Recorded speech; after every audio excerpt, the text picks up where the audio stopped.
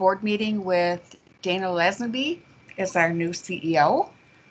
Quite a momentous occasion. And I'm going to, at this point in time, ask if you would join us for the Pledge of Allegiance, please. Thank you. I pledge allegiance to the flag of the United States of America and to the republic for which it stands, one nation under God, indivisible, with liberty and justice for all. Thank you. Sheila, would you call the roll, please?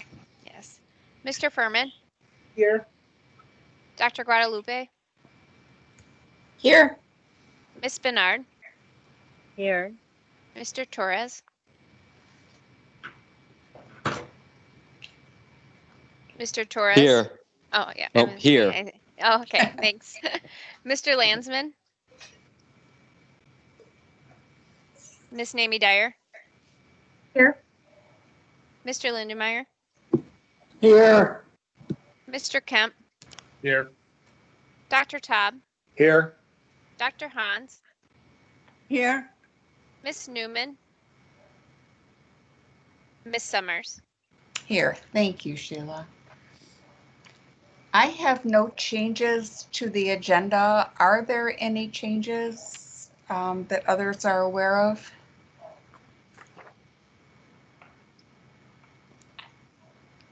I'm going to take that as a no. So is there a motion to approve the agenda as presented? So moved. Is there a I'll second? second it. Thank you. Jonathan.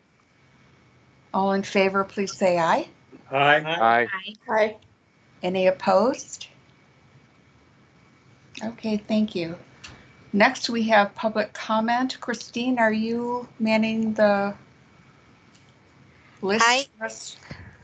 I am. Suzanne is monitoring the online chat, and I just want to remind people that if they do want to make public comment, you can type it into the chat. We also have a link on our website. We received one public comment earlier this afternoon from Ann Jean Smith. She says, I am unable to log in tonight as I have a previous engagement, but I have two questions to ask the board. One, what is the status of OCHN employees? Have any employees been laid off due to COVID-19, or are you still fully staffed? It appears that many residential, transportation, and vocational providers are struggling to survive, and there is not consistent support, understanding, or assistance being provided at the county or state levels. This may very well lead to individuals not receiving services, supports, or be removed from their homes. That being said, what is the possibility or status of combining all of the PHPs to one statewide agency for oversight of all counties, which would drastically reduce overhead expenses, improve resources, expectations, definitions, and guidelines statewide? This would allow more resources to be passed on to providers or direct face-to-face services, improve communications and efficiencies. Thank you. I wish you all good health. And I do want to mention that the same as when we are in person, all of our public comments are responded to by our customer services team within a month. Okay, thank you, Christine. The next item is the approval of the and accepting of the items in the consent agenda. Is there a motion to approve and accept those items? I'll make the motion. Guadalupe, Sarah. Thank you. Is there a second? Second. Thank you. All in favor, please say aye. Aye. Aye. Any Aye. opposed? Thank you. Motion carries.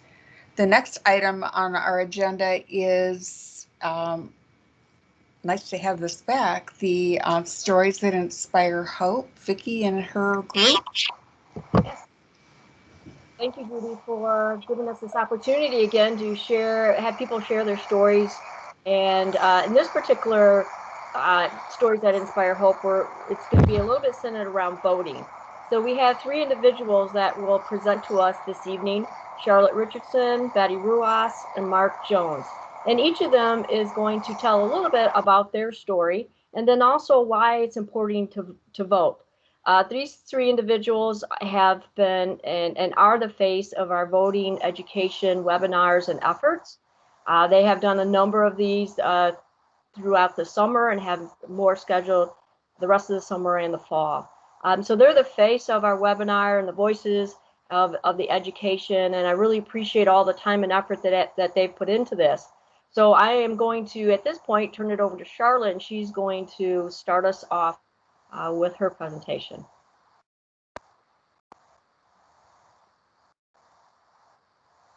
You there, Charlotte? You could probably have to unmute.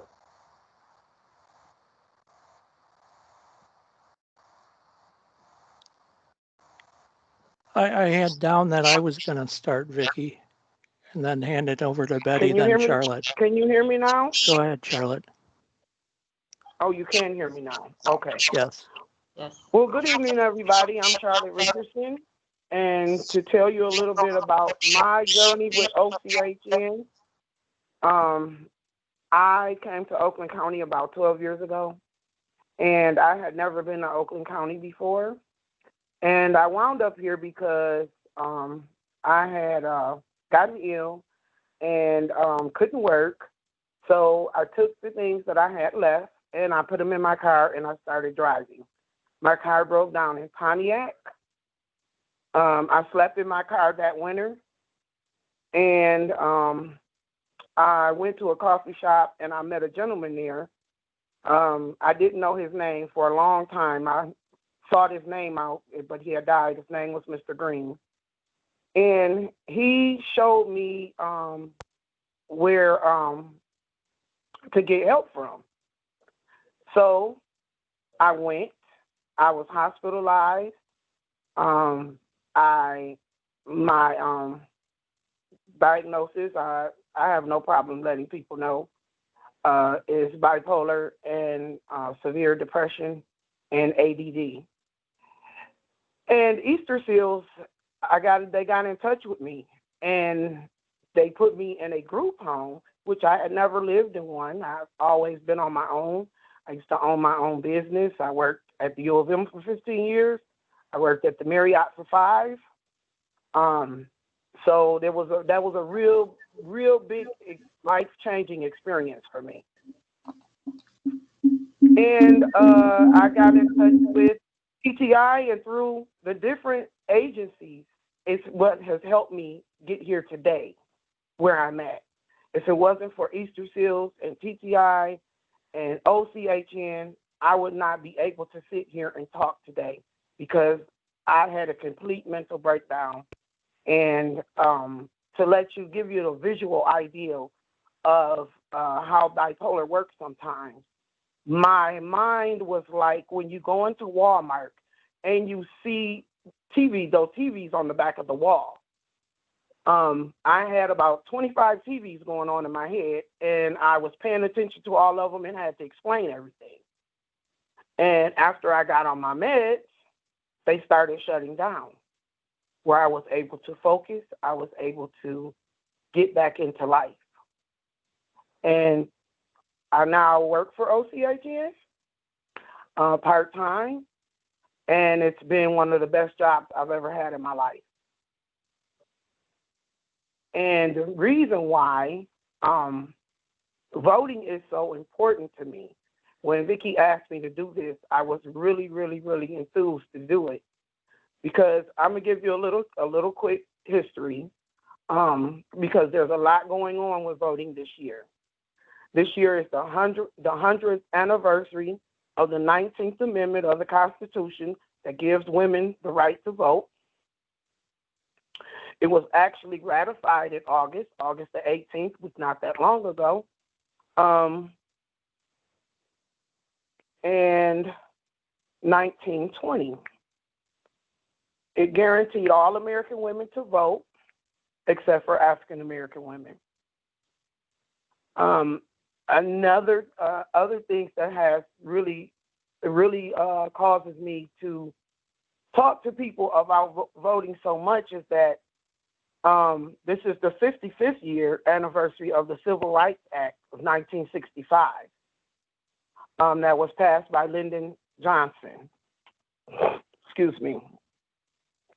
And it's been amended 5 times since it was ratified.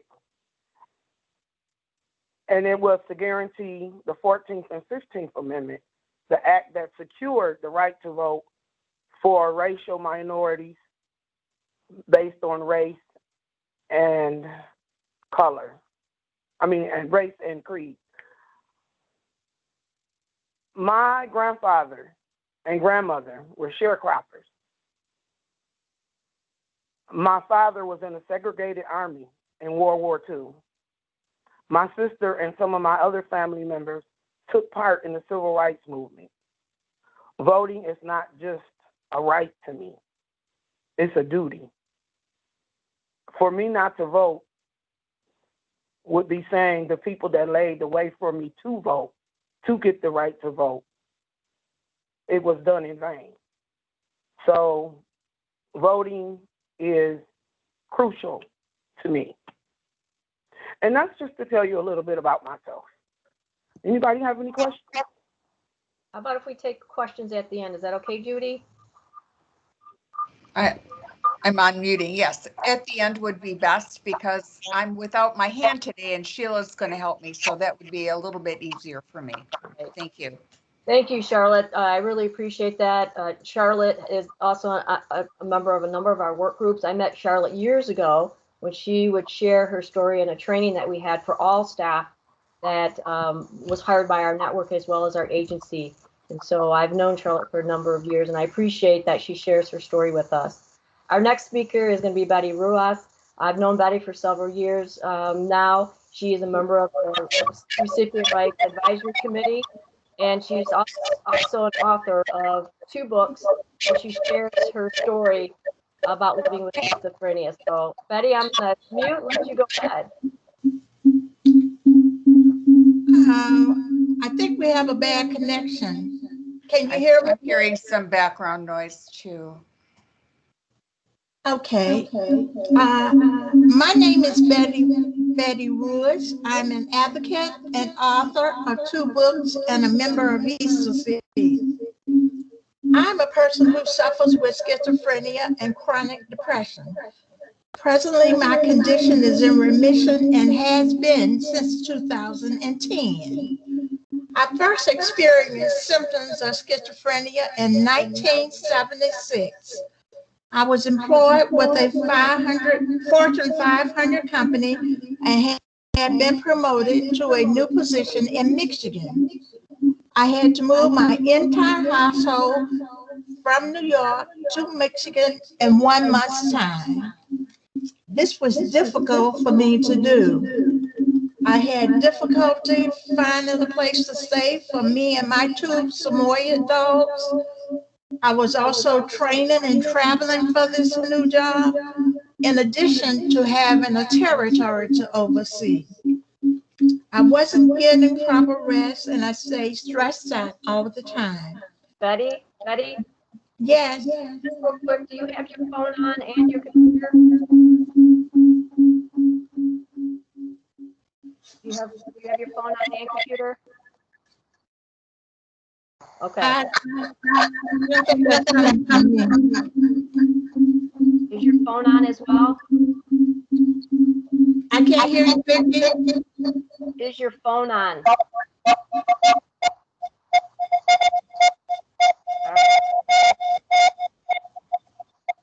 How about, are you still there, Betty? Yes, I am. Wow. Could you maybe sign off and sign back on real quick? Is that okay, Judy? Does Betty? Okay. Wait, hold on. Okay. Betty, are you logged into a computer too? I'm thinking that she has a computer on and the phone. Yeah, that's what I just said to Vicki. I agree, Diana.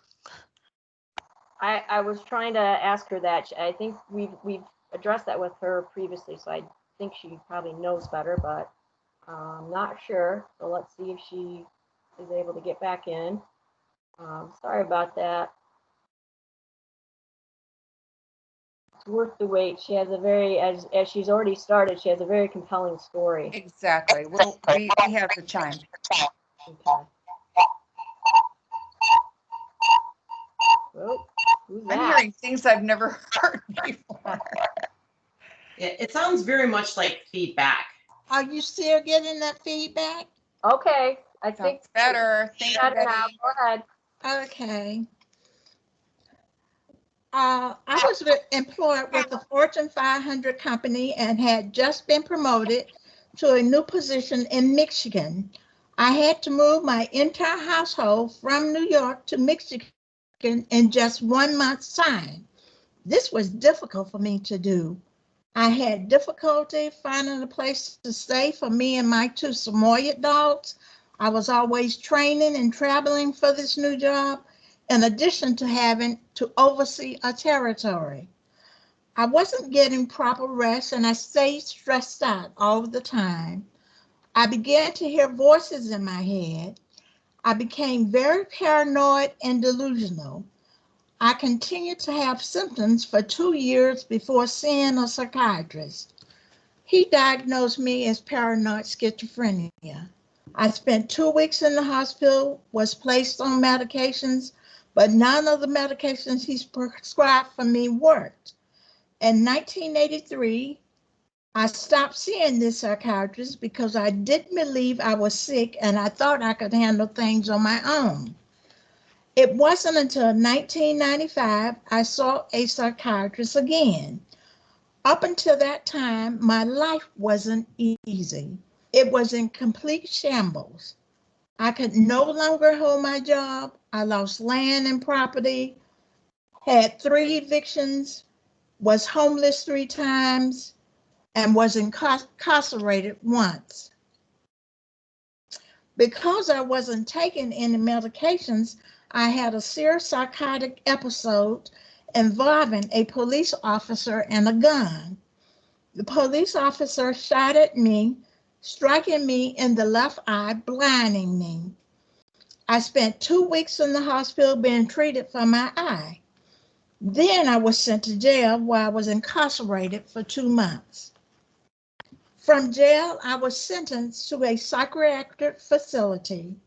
I spent a total of 5 consecutive years, 1995 to 2000, between Clinton Valley Hospital, Northfield Psychiatric Hospital, and the Forensic Center. I have had 4 other hospitalizations since that time. At these hospitals, I was prescribed many different kinds of psychotropic medications, but it was never the right kind. They didn't work, and I experienced the worst side effects from them that one could have. It wasn't until 34 years later, in a 2010 hospitalization, doctors were finally able to help me. I was placed on medications that worked, and I had no side effects with them.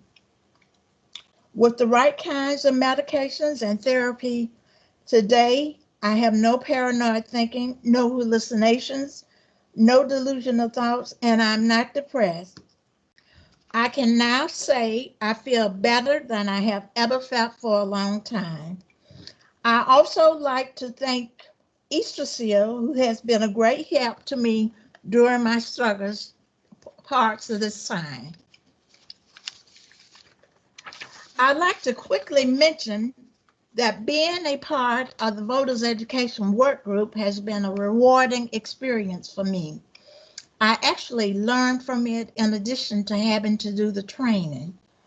I'm hoping that Mark, Charlotte, and I were able to reach and persuade many people to vote just from listening to our presentations. Voting is important. Many things in our country are decided by voting and elections. Every vote matters. When you add that one vote together, it really makes a difference. As Abraham Lincoln says, and I quote, The ballot is stronger than the bullet. Therefore, if you want to see change and make things better, don't hesitate to vote in the upcoming November elections. Thank you. Thank you, Betty, so much. Thanks for sharing your story. Again, I want people to know that Betty has written a couple books about her life living with schizophrenia. So she is a published author as well. And then Mark Jones works for our customer service team, and he's been a longtime employee of OCHN, and he is helping lead our voting education efforts. So Mark, you're up. Thank you, Vicki. One of the things I learned from Speechcrafter is that you acknowledge your audience, and I feel like I'm preaching to the choir, an inspiring, empowering, and strengthening choir consisting of our dedicated board officers, distinguished board members, our OCHN leadership team, directors, managers, and supervisors, staff members of OCHN and its systems of care, direct support professionals, essential frontline staff, family members, guardians, and other supporters, community stakeholders and interested parties, and most of all, the people we are committed to serving and supporting. May all of our stories inspire one another into action that are empowering and strengthening to ourselves and others. I'd like to tell you a little bit about who we are, what we've been doing, and some about myself and some of my story. A little bit about who we are. We are each members of what is referred to as the OCHN Empowerment Work Group on the OCHN website. We like to refer to our work group as a team, the empowerment team. I personally would like to name us the empowering team, using the word empowering as a continuous tense verb used as an adjective because the purpose of our team is to be continually empowering ourselves and others. We are also on a work group for education to empower people by providing them information to get out and vote. It has been a collaborative effort with OCHN staff and persons served in the public mental health system. In June, we had a webinar called Voting 101 that covered the who, why, what, when, and how of what you need to know in order to register and to vote in the state of Michigan. In July, we had another one on voting as advocacy, which featured an inspiring speech by our board vice chairman, Melchiah Newman. This presentation was also part of Your Voice, Your Value virtual conference yesterday. Both of these webinars were recorded and can be accessed on the OCHN website. Tomorrow, we will conduct a webinar on absentee voting and accessibility issues at 11 a.m. You can join this virtual event through the OCHN website under the News and Event tab by selecting Voting Webinars. You can select the link on the next page or call in using the conference call information listed there. This is the same page that you can find the links to the YouTube videos of the recorded webinars. Now a little bit about me, what motivates me in terms of getting the voices heard of the people in our community, especially if they are marginalized. I have worked in customer services over 15 years here at OCHN. I worked in the CMH system for over 30 years in a variety of roles. My mood disorder, along with distressing anxiety symptoms, first disrupted my life when I was an engineering student at Wayne State University. I was diagnosed with bipolar disorder in my junior year. With a few changes in my majors, I graduated in a bachelor's in psychology a couple years later. When I first started working in the Oakland County CMH system, my wife became ill with breast cancer. Within 2 years, I found myself a single dad with 3 young children, so I got to spend some time getting familiar with a variety of children's books. Dr. Seuss were some of my favorites, especially Horton Hears a Who. When Horton the elephant discovers an entire village in peril floating on a speck of dust, only he with his large elephant ears is able to hear the cries of the Whos. Through the high jungle, treetops, the news quickly spread. He talks to a dust speck. He's out of his head. Just look at him walk with a speck in that flower. And Horton walked worrying almost an hour.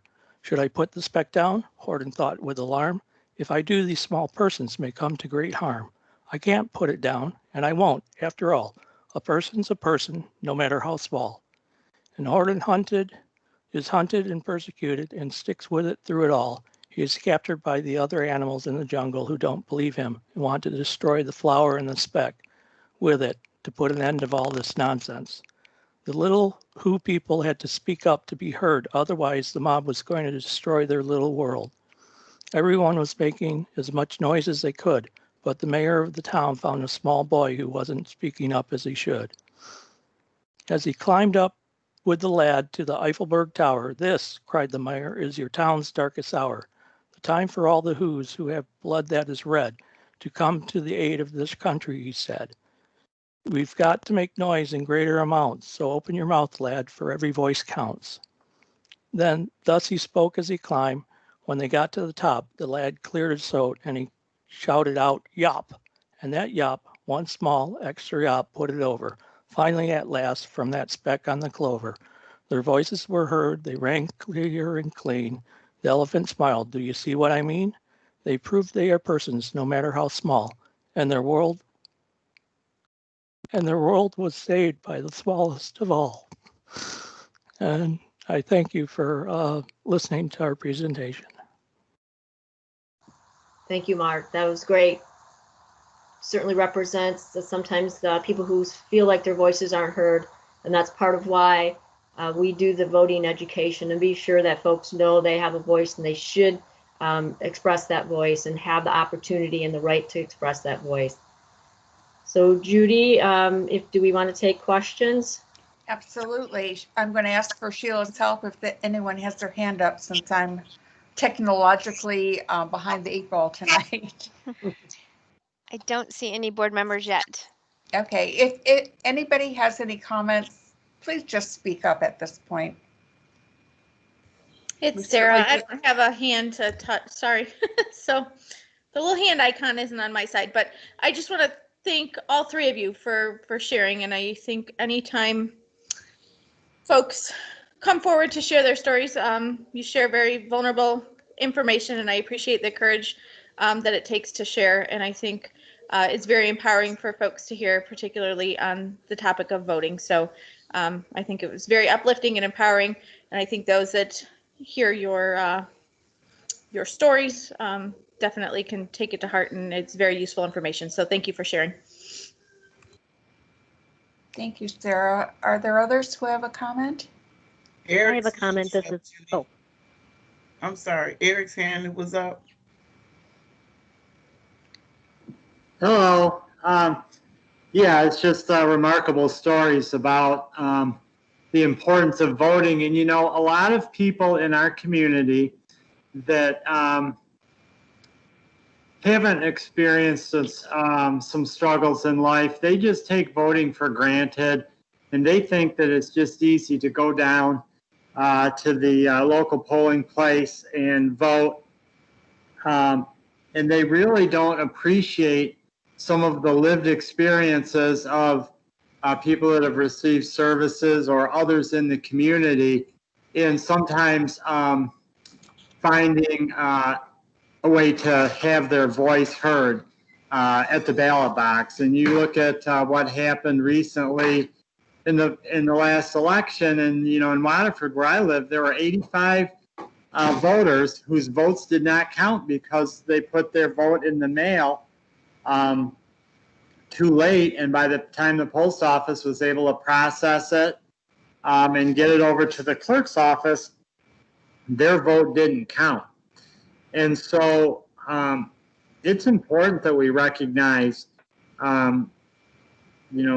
people having challenges in voting, and the importance of everybody having the same opportunity to vote that many people just take for granted. So thank you so much for sharing all of your stories. It's very powerful, and it's the most important work that we can do in our democracy. Thank you. Now, Kaya, did you have a comment? Yes, I just wanted to thank Charlotte and Betty and Mark for being vulnerable, being brave. And I think Dr. Seuss was one of the most perfect ways to end that whole story, because many of us who have been challenged in that way We know how it feels to be the little people with the voice that has not been heard. So I thank them for their courage and their strength, and for bringing a very inspiring message today to all of us. Thank you. Thank Judy, you, I Malkaya. think, I'm sorry. Judy, I think Hadass wanted to speak. Hadass, please. Yeah, I also wanted to thank Charlotte and Betty and Mark for doing the voter education and work group and training. I'm sure there were so many people that you benefited from hearing what you had to say, and your presentations, about yourselves and explaining were really fabulous. And I just thank you so much. It makes so much a difference to us to hear your stories and to hear your successes and to hear, everything that you've gone through. So we appreciate you coming and speaking to us so very, very much. So I just wanted to thank you. This is Steve. Okay, I Steve. I don't have a hand to put up on my phone. I had one the other day on my computer, but I don't have one on my phone. I'd like to thank Charlotte, Betty, and Mark for their courage and sharing their stories. And on the voting, if you get your absentee ballot in the mail and you're worried about the post office being overwhelmed, which there's a good chance it will be with all the ballots that are going to be coming in by mail, you'll receive yours by mail, but you don't have to return it by mail. You can return it directly in the drop boxes, which will be at your township or city clerk's office. And you can just drive up and drop it in the box. You can do that the day after you get the ballot in the mail and be sure that it'll be counted. So then you don't have to worry about it getting delivered on time or disappeared or stolen or whatever. That's all I have. Thank you, Steve. This is John Paul. Can you hear me? Sure. Good. Okay. I just wanted to thank so much for the stories.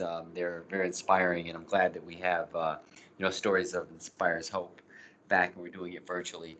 I appreciate the work OCHN is doing to help people with voting and participating in the voting process. As we know, and as many of them have said, it affects every aspect of our life. It affects the water we drink, the systems that we live in, the systems that provide services like OCHN. All of it is interconnected, it's very powerful. And that Horton Hears a Who story is, I've heard it before, and I read my daughter, she's 6 years old. I read her kid stories often at night, and a lot of times I'm like, wow, they're so powerful when you walk away, especially when you're growing up and you've had a long day.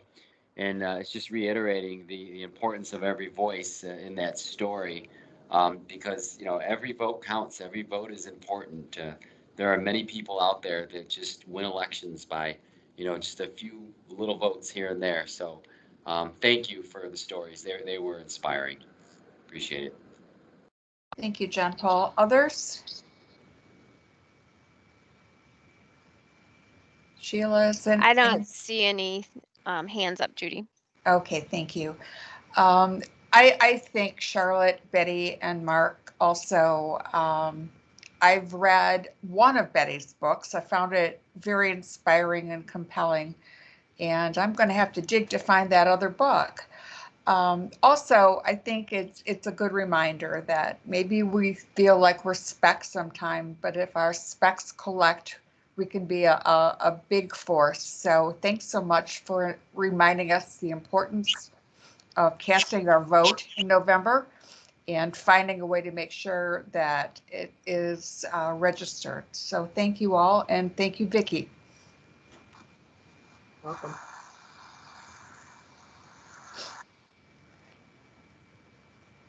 Vicki, did you have any closing comments? Well, I appreciate the opportunity for our folks to present. I'm always amazed when I hear people's stories and the ability of people to have courage and resilience. And it also reminds me that, I've worked for our agency a long time, and sometimes it takes people a long time to reach the level of recovery that they want to be at. And it's just so important for us to never give up and make sure that we continue to support folks until that time that they get there. And sometimes it just takes longer than others, And we just got to keep at it. So I appreciate them sharing their story and reminding us of that. Okay, thank you. I think we'll move on to our next item on the agenda, which is the June 2020 financials with Anya, and also the approval of budget amendment 2. Anya? Okay. It's always fun for me to go after stories that inspire hope with financials. Okay, this is the June financial statements for your review. If you can move to the next slide, please. So what you can see here is we've talked about this slide quite a bit just because it gives you a good understanding of where we were at last fiscal year with that blue line across, and then shows you June specifically was significantly higher, primarily due to that being the month we got the $2 adjustment for the direct care staff in that payment. So the other thing we're really seeing is the retro eligibility impact revenue this year as well. You've heard me talk, and we'll see a slide, I believe maybe next, that really shows the eligibility trend that's having a big impact on our revenue. But you can see the June payment is significantly higher than prior months, and that's specifically due to that $2 adjustment coming in June. Next slide, please. Okay, so this is that eligibility trend slide that I was referencing. And if you look at, compared to last year, where we're at, might not seem like a lot, but it is actually a lot for based on the historical last couple of years where we continue to see a downward trend in eligibility. This is very common when we see the economy make a turn the way it has in the last few months to see eligibility go up. And so as we've talked about in the past, we're funded based on eligibility, not specifically based on the number of individuals we are serving. So between that and they've changed the retro eligibility to go back as far as 6 months. So in future months, we do collect for prior months where people got retro eligibility. So that's having a pretty material impact on our revenue that we'll go over when we get to budget amendment number 2. But just in the short term, this gives you an understanding of how the eligibility trend is showing these few months, and I do expect this to continue, I would say, for the foreseeable future based on the economy and unemployment and things like that. Next slide, please. So last month we talked a bit about the adjustments we were seeing based on the approval of budget amendment number 1 and based on me telling you that we were going to get that lump sum payment for the direct care wage in June. And so what you can see now is comparatively from October 1st compared to June, we have a significant amount more of cash and investments. And again, that's primarily that increase in the direct care wage payments. Receivables has gone down quite a bit. If you recall me saying last month, October, we would have had all of our accruals in for year end with cost settlements and things like that. Whereas by now in the year, we've either collected or paid those types of things. So that comes into play. And then other assets fluctuates a bit. It's not material in the grand scheme of our budget. And then finally, capital assets, you can see continues to go down, but that's really just depreciation on things like our building and any capitalized assets that we hold. Next slide, please. So liabilities, again, you can see comparative to October 1st compared to now, down significantly, again, because of the accruals that would have been in place on October 1st compared to now where we've paid most of those out and just have typical monthly accruals and things like that that are really just timing related going on. Due to state, it's roughly the same as that same time period. Those things are things like the Medicaid drawdown payment that we make. We pay it quarterly, but we book it throughout the fiscal year. Employee payables, just different things. I believe that's PTO type accruals. And then again, long-term debt, is specifically related to the Resource and Crisis Center. And again, that continues to go down with the payments on that particular bond. And I also believe the bond on the group homes that we do own. Next slide, please. So net position comparatively from October 1st to now, you can see is going in the correct direction. We should continue to see this for the remainder of the fiscal year. Total liabilities have gone down comparatively as well. Net position is going in the right direction as well. As you all know, we had a deficit year the last 2 fiscal years, and this year was the first year we've seen a positive net position. And based on the eligibility trend and some of the other factors, it is doing better than we previously had projected. Next slide, please. So revenues are up again, same reason as I mentioned before, with that direct care wage payment coming in, as well as the eligibility trend.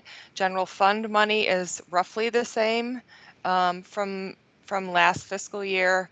County funds is exactly the same as it has been for the last 20 some odd years, and then all other just fluctuates slightly just based on timing and those types of things. Next slide, please.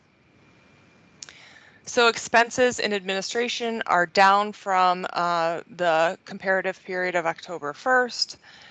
Provider network up a bit. I would say specifically that's going to be related to some adjustments for that direct care wage payment going out, and just adjustments we have made since that October time period. So we've seen additional increases in kid services and those types of things since that time. So that would be expected. If you recall, Budget Amendment 1, we did make some adjustments to provider expenses as we saw them going up slightly.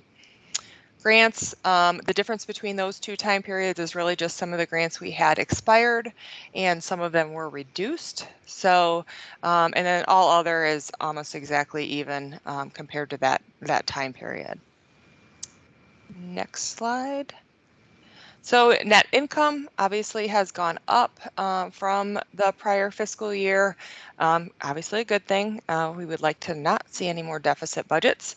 Total expenses also have gone up, but that's to be expected not only with the increase in service delivery, but also with the addition of that $2 increase. And then net income is slightly down slightly up from the prior fiscal year. So again, going in the right direction as we move forward into a non-deficit spending year. And next slide, please. So this is the same slide you see every month with the top 15 providers and what we sent to them year to date.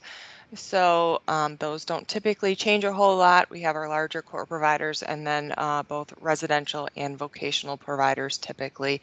One there that is one of our hospitals that is used on a more frequent basis. Next slide, please. And finally, this just gives you an understanding of what each of those providers does. This is consistent month over month, so nothing changed here. And I believe that is the end. The remainder of it and the end of that presentation. Does anyone have any questions before I move on to budget amendment number 2? I'm not seeing any hands at this time. Okay. So budget amendment number 2, we reviewed at the committee of the whole. If you'd like to move to the next slide. Maybe. There we go. So this is just updating both revenue and expenses for a couple of things. Medicaid, as I've mentioned, has gone up not only for that second round of that $2 direct care wage increase that pulled us all the way through to the end of the fiscal year, but also that eligibility trend. So the primary change in revenue is really those 2 things. There was also a slight increase to the OBRA revenue, and that one's really a fee-for-service, almost a pass-through that we have for OBRA screenings, and if we bill more, we get paid more. So the expense is up as well. So moving on to expenses. So expenses, what's changed here is the distribution of that $2, which you primarily see in residential. You see it a little bit in vocational, but not much, and with some core providers. But the larger impact is really on residential providers in pushing that $2 out, and as well as adjusting the expense for that particular service line, given, you know, with COVID and everything, we saw vocational programs being less expensive, whereas residential was a bit more expensive between overtime and additional time people were spending in their home, because we were all kind of in that stay home, stay safe order. So we did see a bit of an increase in the expense there due to that, not just the $2 adjustment. So this has the updated numbers in it for budget amendment number 2. And with that, I will be looking for approval for budget amendment number 2, which fingers crossed has us done for budget amendments through the end of this fiscal year. Thank you, Anya. This is Steve, so move. Jonathan, a second. Okay, Steve made the motion to approve budget amendment 2. Jonathan is the second, is that right? I can Sounds see good to to, me. I certainly can see to Melchiah if you like. Okay. We'll go with Steve and Melchiah then. Are there any questions for Anya regarding budget amendment 2 before we vote? I do feel at a disadvantage not being able to see hands, but if there are no further questions, Sheila, would you call the roll, please? Sure. Mr. Furman, Yes. Dr. Guadalupe, Yes. Ms. Bernard, Yes. Mr. Torres, Yes. Mr. Landsman, Yes. Ms. Namie Dyer, Yes. Mr. Lindermeer,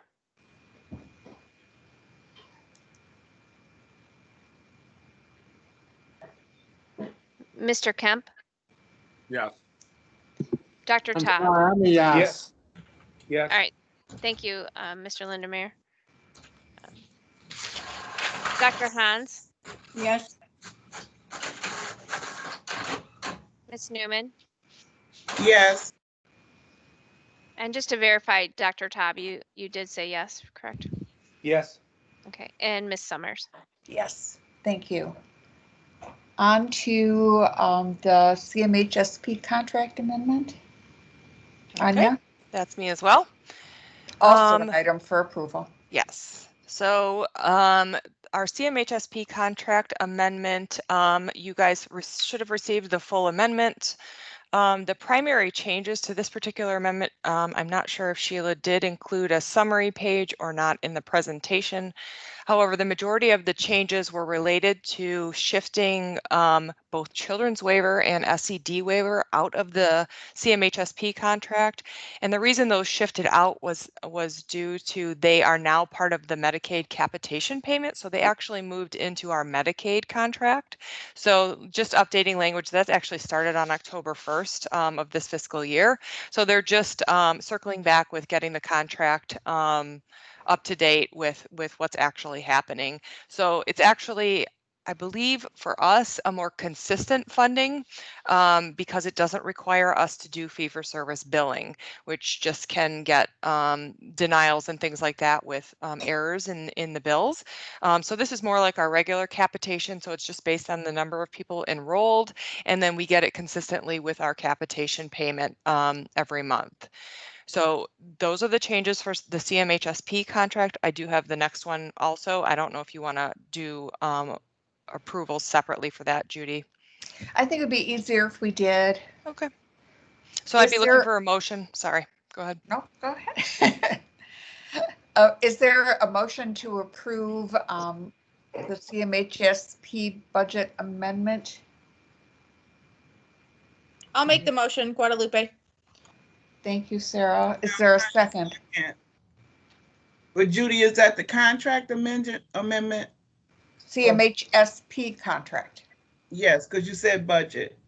Oh, I'm sorry. Yes, contract. Thank you. Are you making a second on that, Melchiah? Yes, I am. All right. Is there any further discussion on the contract amendment? I have a question. With this amendment, is there any change in wait times or services that are provided to the individuals? So I heard the second part with services, and the answer would be no to that. The service or allowable expectations for this contract have not changed. I missed the first part you said. Can you repeat No. that? The wait times for service. Oh, wait times for services? No, this is, so our CMHSP contract doesn't speak to wait times specifically. It just speaks to the funding and the expectations and allowability of the services we can provide with the general fund. Oh, thank you. Any other questions before we call the roll? This is Hadass. I had a question too, just to follow up. Sure. So are the same number of children or even more children going to be able to receive the services? So someone can correct me if I'm wrong, but we don't do any of the approvals for who gets on the children's waiver or the SED waiver. This is specific to funding. So to my knowledge, the approval process didn't change, but Dr. Lawson might be better able to speak to that. I don't necessarily want to put her on the spot, but we can get back to you on that if you'd like. To my knowledge, there was nothing that was changed in eligibility or who got the service. It's really just that the funding methodology changed between a fee for service to now a capitation based. That is correct, Anya. The requirements for being added to the waiver did not change. Okay, thank you. Thank you. Other questions before we vote? Okay, Sheila, would you call the roll, please? Sure. Miss Newman.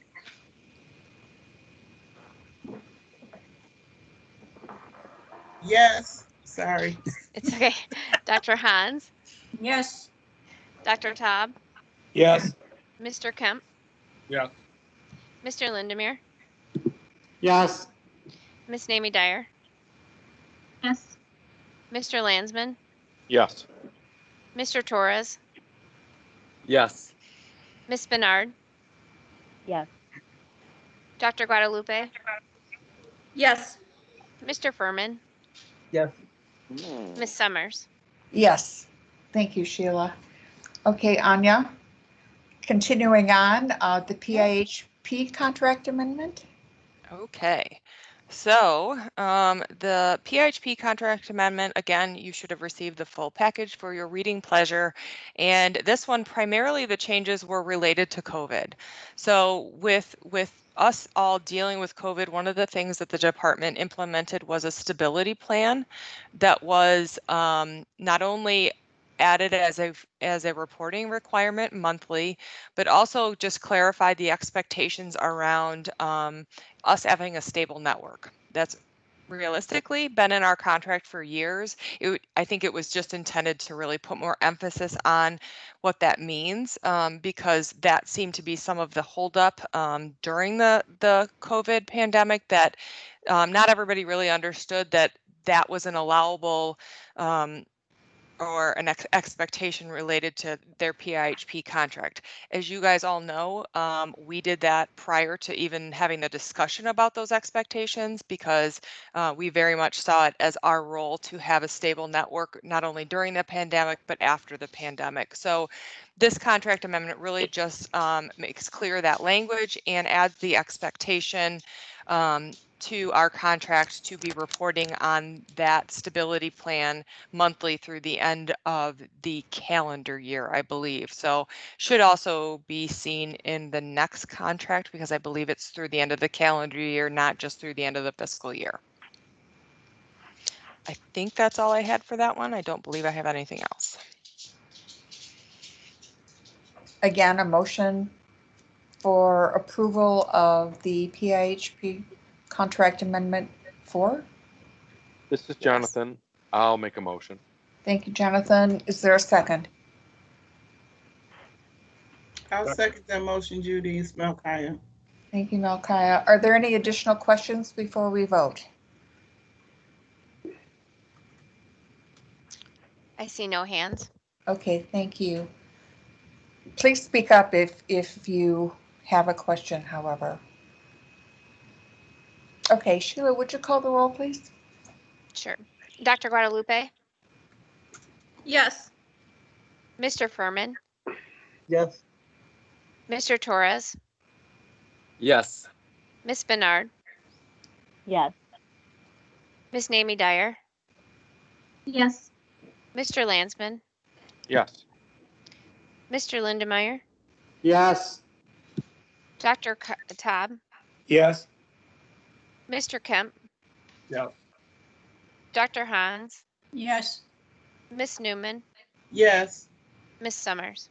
Yes, thank you. Moving on, Christina is going to present on the fiscal year 21 substance use disorder strategic plan, also an item for approval. Christina? Yes, good evening. Thank you so much for having me on the agenda tonight. As you know, I began presenting it last week, and then you all had a chance to read it during the week, submit any questions, and I was also able to present the strategic plan to our Oversight Policy Board last Wednesday, and it was unanimously approved. And so at this point, I would like to offer the opportunity for any further questions, and then would request a vote on its approval, please. Are there questions for Christina around the strategic plan for substance use disorders? This is Vijaya. I have just a quick question. For the medical assisted treatment, there are 3 providers. And my question is that number sufficient for the population that we expect to serve in the next 3 years, or will be looking for additional providers? So yes, we are adequately able to serve individuals and meet all the expected time frames per our contract in terms of serving individuals. We always like to offer immediate access to treatment, and so we are interested in bringing on another MAT provider.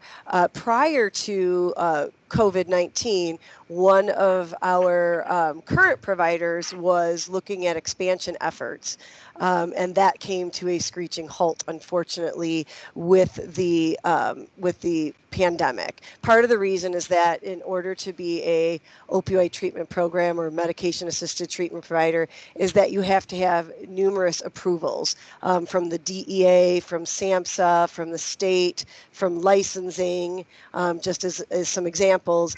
And none of them are coming out and doing inspections at this point. Once it is safe, that provider does intend on continuing the expansion efforts. And so we will be able to provide treatment for people much faster than within the 14 days. Currently, we're at about 3 to 5 days, so we're well within limits, but we like to do it within 24 to 48 hours. And I have a follow-up question to that although we don't currently have a need for providing services for adolescents, should the need arise at any point, do we have providers that are specialists or are dedicated to Yes. this particular population? We actually have 6 outpatient providers that are able to provide outpatient services or intensive outpatient services. It's really at the residential level. And we do have a provider that will deliver withdrawal management services to adolescents. And then we would do a single case agreement with some of the other providers prior to us having an RFP. So we would ensure that services that were needed were provided to any individual. Thank you. You're welcome. Is there a motion to approve the plan as presented? Judy? Yes. Eric had his hand up. Oh, okay. I was going to have discussion following the motion and the second, but okay. Eric, go ahead. I just wanted to add that I was on the at the meeting of the Oversight Policy Committee, and Christine did a good job of explaining the plan. It was well received by the committee.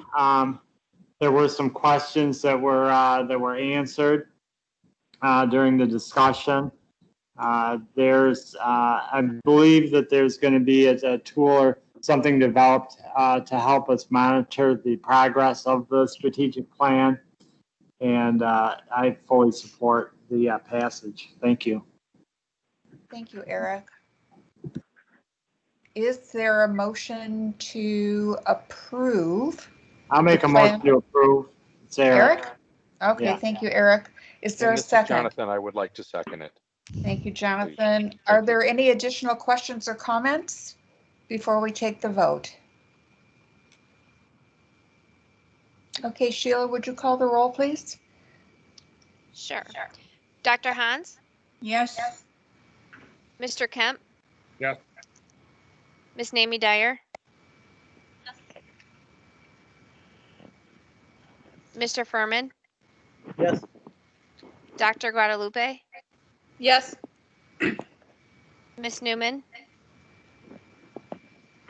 Yes. Dr. Taub? Yes. Mr. Lindemeyer? Yes. Ms. Bernard? Yes. Mr. Torres? Yes. Mr. Landsman? Yes. Ms. Summers? Yes. Christina, this is a remarkably comprehensive plan, and I hope that we can find some elements of it to present to our board over time, because there's so much information in there. So I look forward to hearing more. I would be happy to do so. And I want to apologize. I believe my camera may not have been on, and I thought it was the entire time. So I do apologize if I didn't have it on. I think Always that's something. I have a love-hate relationship with my camera too. But thank you again. We appreciate the information. You're welcome, and thank you all very much. Much appreciated. Okay, on to the next item, which is the satisfaction outcomes for fiscal year 19. Look forward to this. Yeah. Hello, everyone. My name is Wendy Schiller, and I'm the Manager of Quality Improvement. And this evening, we have two of our team members from the Quality Improvement and Regulatory Compliance Department that are going to be sharing with you some of the key components of our fiscal year 19 member experience report.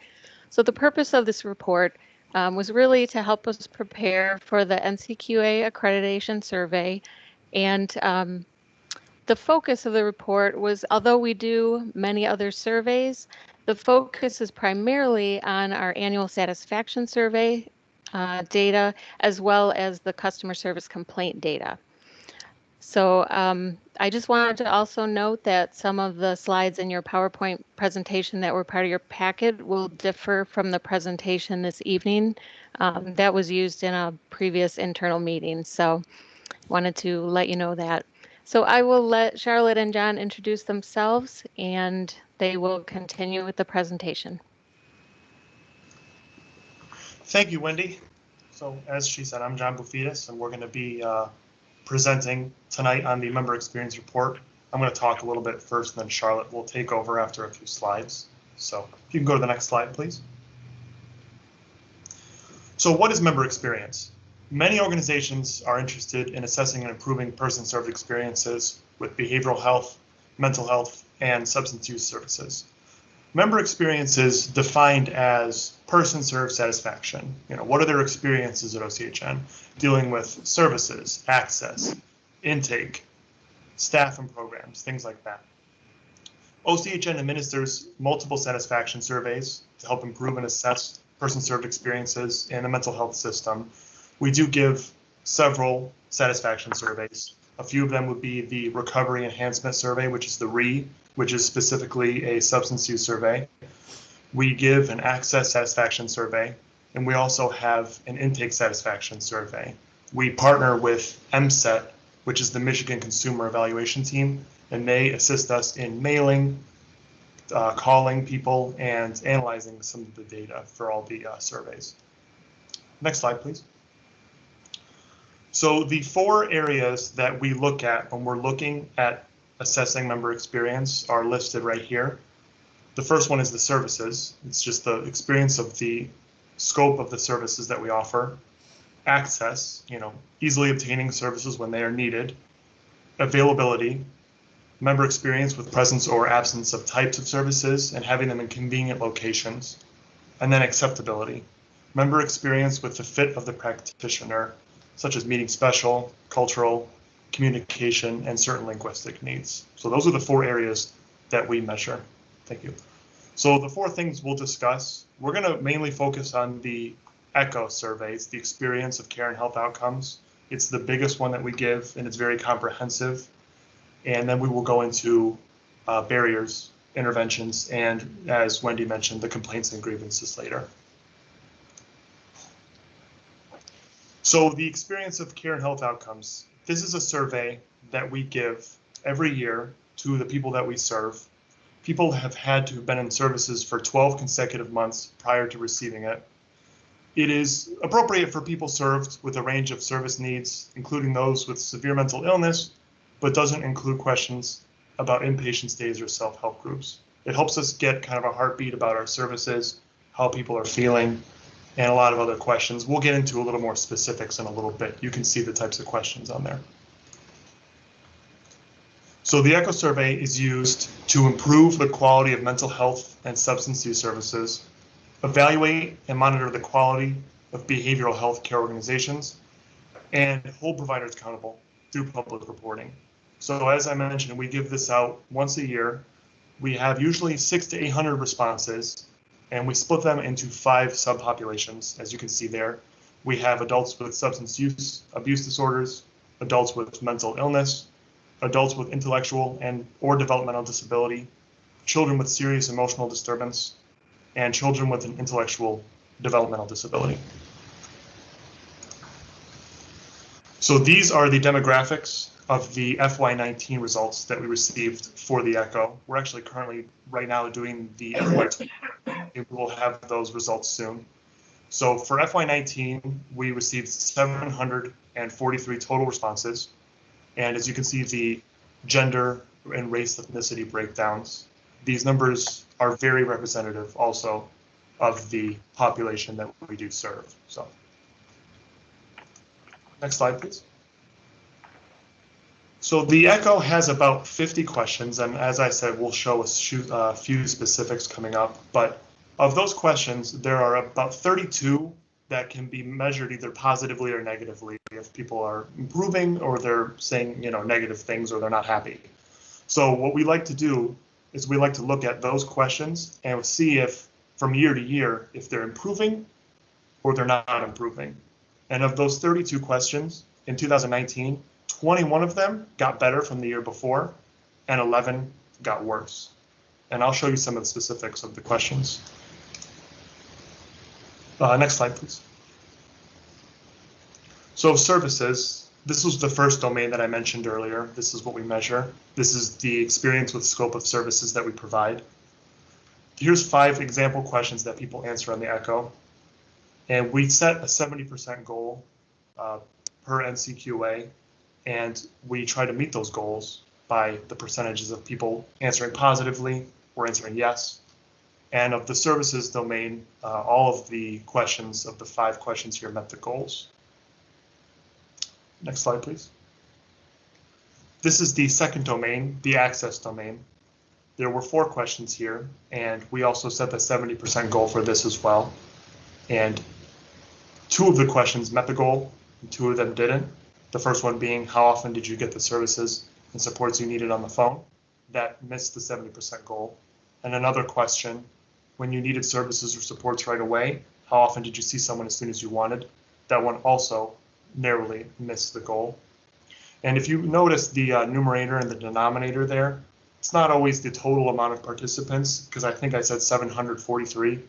Usually certain questions, they'll answer a question before, and if they answered yes, then they go on to a follow-up question. So not everybody gets the questions. It depends on how they answer previous questions too. Okay, next slide, please. So availability, this was the third domain. Here's 4 questions here related to the presence or absence of types of services in convenient locations. The 4 questions here, 3 of them met the 70% goal, The only one that didn't was the question number 20, which is the second one there, which says, were you told about self-help groups or support groups, such as person-run groups? And that barely missed the 70% goal. And I believe Charlotte will discuss later, there is something that we did to address that one. Okay, next slide, please. And this is the final domain that I mentioned, acceptability. There were 3 questions here. And instead of setting a goal, we measured the trending from FY 2018 to 2019. So the first question, does your language, race, religion, ethnic background, or culture make any difference in the kind of counseling or treatment you need? 94.88% people said no. It's reversed keyed, so that's actually a no. And in FY19, 92% said no. So it trended downward a little bit. And the other 2 questions, the second one being like a rating of the 0 to 10, how they're feeling about their counseling, that one improved a little bit. And the third question there, how much were you helped by your counseling and treatment? That one also improved quite a bit between 2018 and 2019. So there is a detailed analysis of the ECHO on the OCHN website. It has data from 3 years, and it actually goes into much more specific questions. It actually goes down through every question, and it breaks it down by population if anyone is curious to see more information on this. I just wanted to kind of give a general overview of the ECHO survey and the questions on it. So I will now turn it over to Charlotte, and she will discuss the barriers and the complaints. Hi, everyone. My name is Charlotte Rowe, and I am a quality analyst at OCHN. Now we're going to talk about some qualitative analysis now that we've looked at the data and the areas of member experience that we evaluated. We're also going to look at interventions based on the FY19 ECHO data. One of the limitations of the ECHO, people aren't able to provide qualitative information or provide any kind of comments. So there's no way for us to follow up on responses or request clarification. Staff at OCHN identified some reasons why performance goals might not have been met for certain questions. These barriers were identified to account for misperformance goals or measures that are negatively trending. So the first one is, the first 2 are staff shortage and staff turnover. These are acknowledged issues in the state behavioral health system, especially in regards to direct support professionals and case managers. Regarding services that require longer wait times, there is service capacity that is limited in select disciplines. Some examples are medical services like psychiatry, OT, PT, and nursing services that may be limited due to lack of practitioners in the network. And in the intervention section, I will also talk about practitioner recruitment as well. There has not been a consistent cultural training program within the network. With our DEI work group, we've put an increased emphasis on culturally competent service provision, but we are still working on that as well in that work group. In addition, the provider network hasn't had a consistent way of giving information about natural supports and self-help services. So based on those barriers mentioned in the last slide, so next slide, we have developed multiple interventions for improving services based on these ECHO results. One thing we have implemented is an intake satisfaction survey to gather more data on the intake process. This intake satisfaction survey is administered by the Customer Services Department, and they wanted to learn how to improve intake services and get more information and feedback from people we serve. People get a call 1 to 2 weeks after they've had an access appointment. Some examples of questions on that survey: what did the intake person listen, and were they attentive to your immediate needs? So that's an example of the question that is asked, and that data is analyzed to provide better services. There are also increased telemedicine services. OCHN, even prior to COVID-19, and obviously there have been increased telemedicine services due to that, But prior to that, OCHN implemented a new telemedicine protocol that expanded services, and the state through COVID-19 has also expanded telemedicine services. There's also increased staff and practitioner recruitment needed, spearheaded by our advocacy work group, which there's a subgroup on direct support professional recruitment. The group did reach out and had a campaign to recruit more direct support professionals by placing advertising materials, flyers, things like that, in order to recruit more direct support professionals. We are also working on internal auditing functions to further analyze self-help services such as natural supports and member-run groups and complaint trends. Self-help support groups and member-run groups, these are delegated functions. That means that our core providers ask and look into these things with people who receive services as part of the IPOS process. And we complete an annual IPOS audit, and that the protocol audit of our IPOS, and that selects 60 random cases from each delegated provider. So OCHN will continue to evaluate satisfaction through auditing these delegated functions regularly through our protocol audits. And finally, we have worked on increasing our organizational priority on culturally competent service provision, in addition to the 5-year cultural competency plan that the board implemented. I think we're in year 4 of it. We have a DEI work group that has been meeting, and Tricia, as well as Kim of VCN, have been working on that as well. And we're in the middle of an organizational assessment, and we will be looking more into that in the future. I'll address that in a few slides. So next slide. Yep.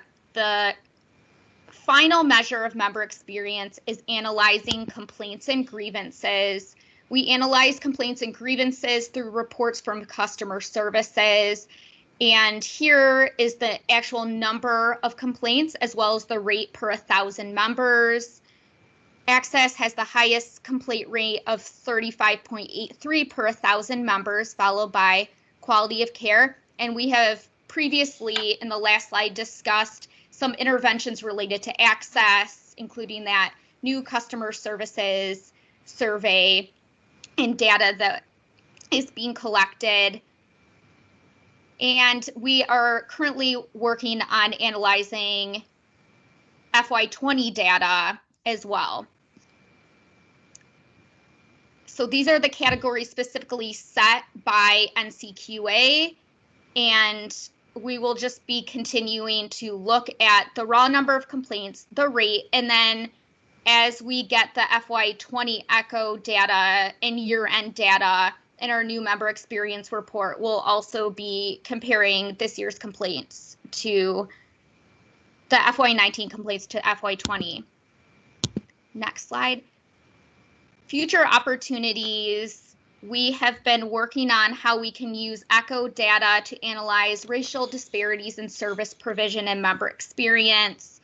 As we talked about with the demographic information, we do get a very diverse range of responses, and we are going to be working on further drilling down what we can from the ECHO data.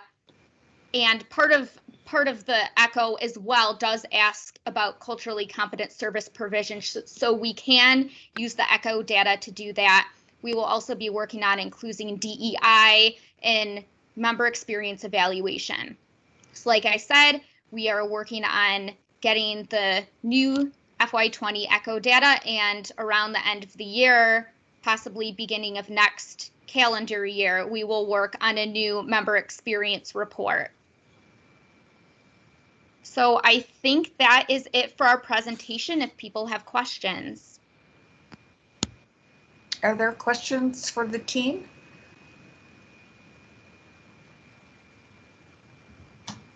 Eric At a still has his disadvantage. hand. Sorry, Eric still has his hand up, but I don't know if it's still up from before. Eric, did you have a question for this team? No, I'm sorry. Vinny and I John should have and Sharon. lowered it. That's all right. I have mixed feelings about the hand too. I don't see any other hands. So, is This there is Hadass. any? Oh, go ahead, Hadass.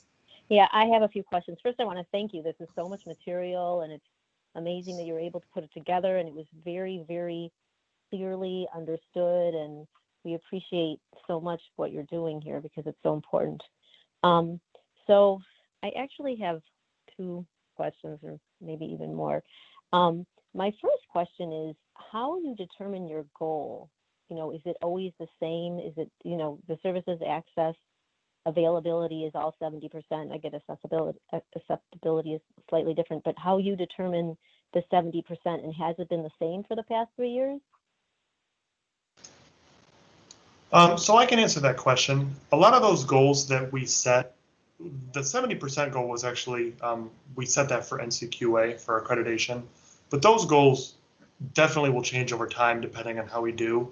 I think one of the domains, most of the responses were like 90%. So that's something that when we look at that, we're going to say, okay, we're not going to keep that goal at 70%. We're probably going to kick that up to 80, 90% for next time. But usually we just take a look at the data and how it's been trending, and we don't want to just always be compliant. We want to be pushing and going higher every time. So that 70% will probably be pushed up for a lot of them, just so we can keep pushing the envelope and trying to get, higher responses. Right. So that's good. So do you know if that's what you guys did last year? Because it's similar to last year's, or you're not sure if the percentage goals changed?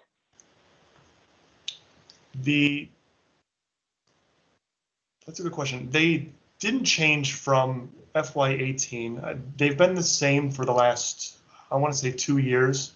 But I think that part of what we're going to be doing when we get the new ECHO data for FY20 is creating all new goals and making sure that we're looking at all the data and most likely changing most of them to make them higher than 70% for a lot of those questions, just so we can, as I said, keep improving. That makes sense. And you made so many of them, and obviously your OCHN network is doing a good job.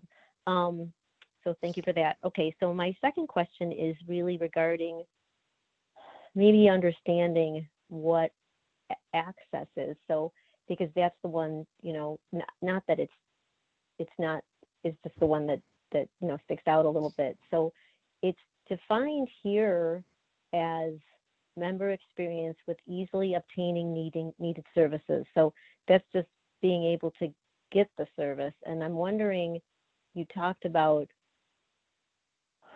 changing the customer service survey so that you'd have more information, but how will that actually improve access? If you take that service material, like who then looks at it to improve it, and change the access? Yeah, so access is defined as, like you said, it's when someone calls OCHN or reaches out for services, the whole process of getting an appointment and getting in quickly and coming on board with the services. We do have a separate access survey that we do get. I didn't cover today because I didn't have a lot of time.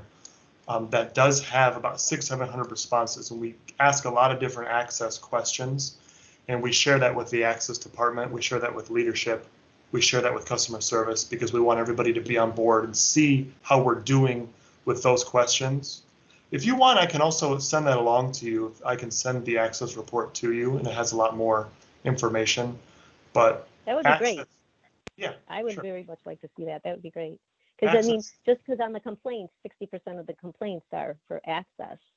So, that's just why I'm asking, and it's so important that people do have access. But it's so helpful to have the survey to understand, what we're doing well and where we might need some improvement. So thank you so much, and it was really, really a great presentation. Sorry. I was just going to add a comment about access. So this also aligns with the work that we do with our performance indicators. So we've often seen some areas where providers are not in compliance with the access measures there.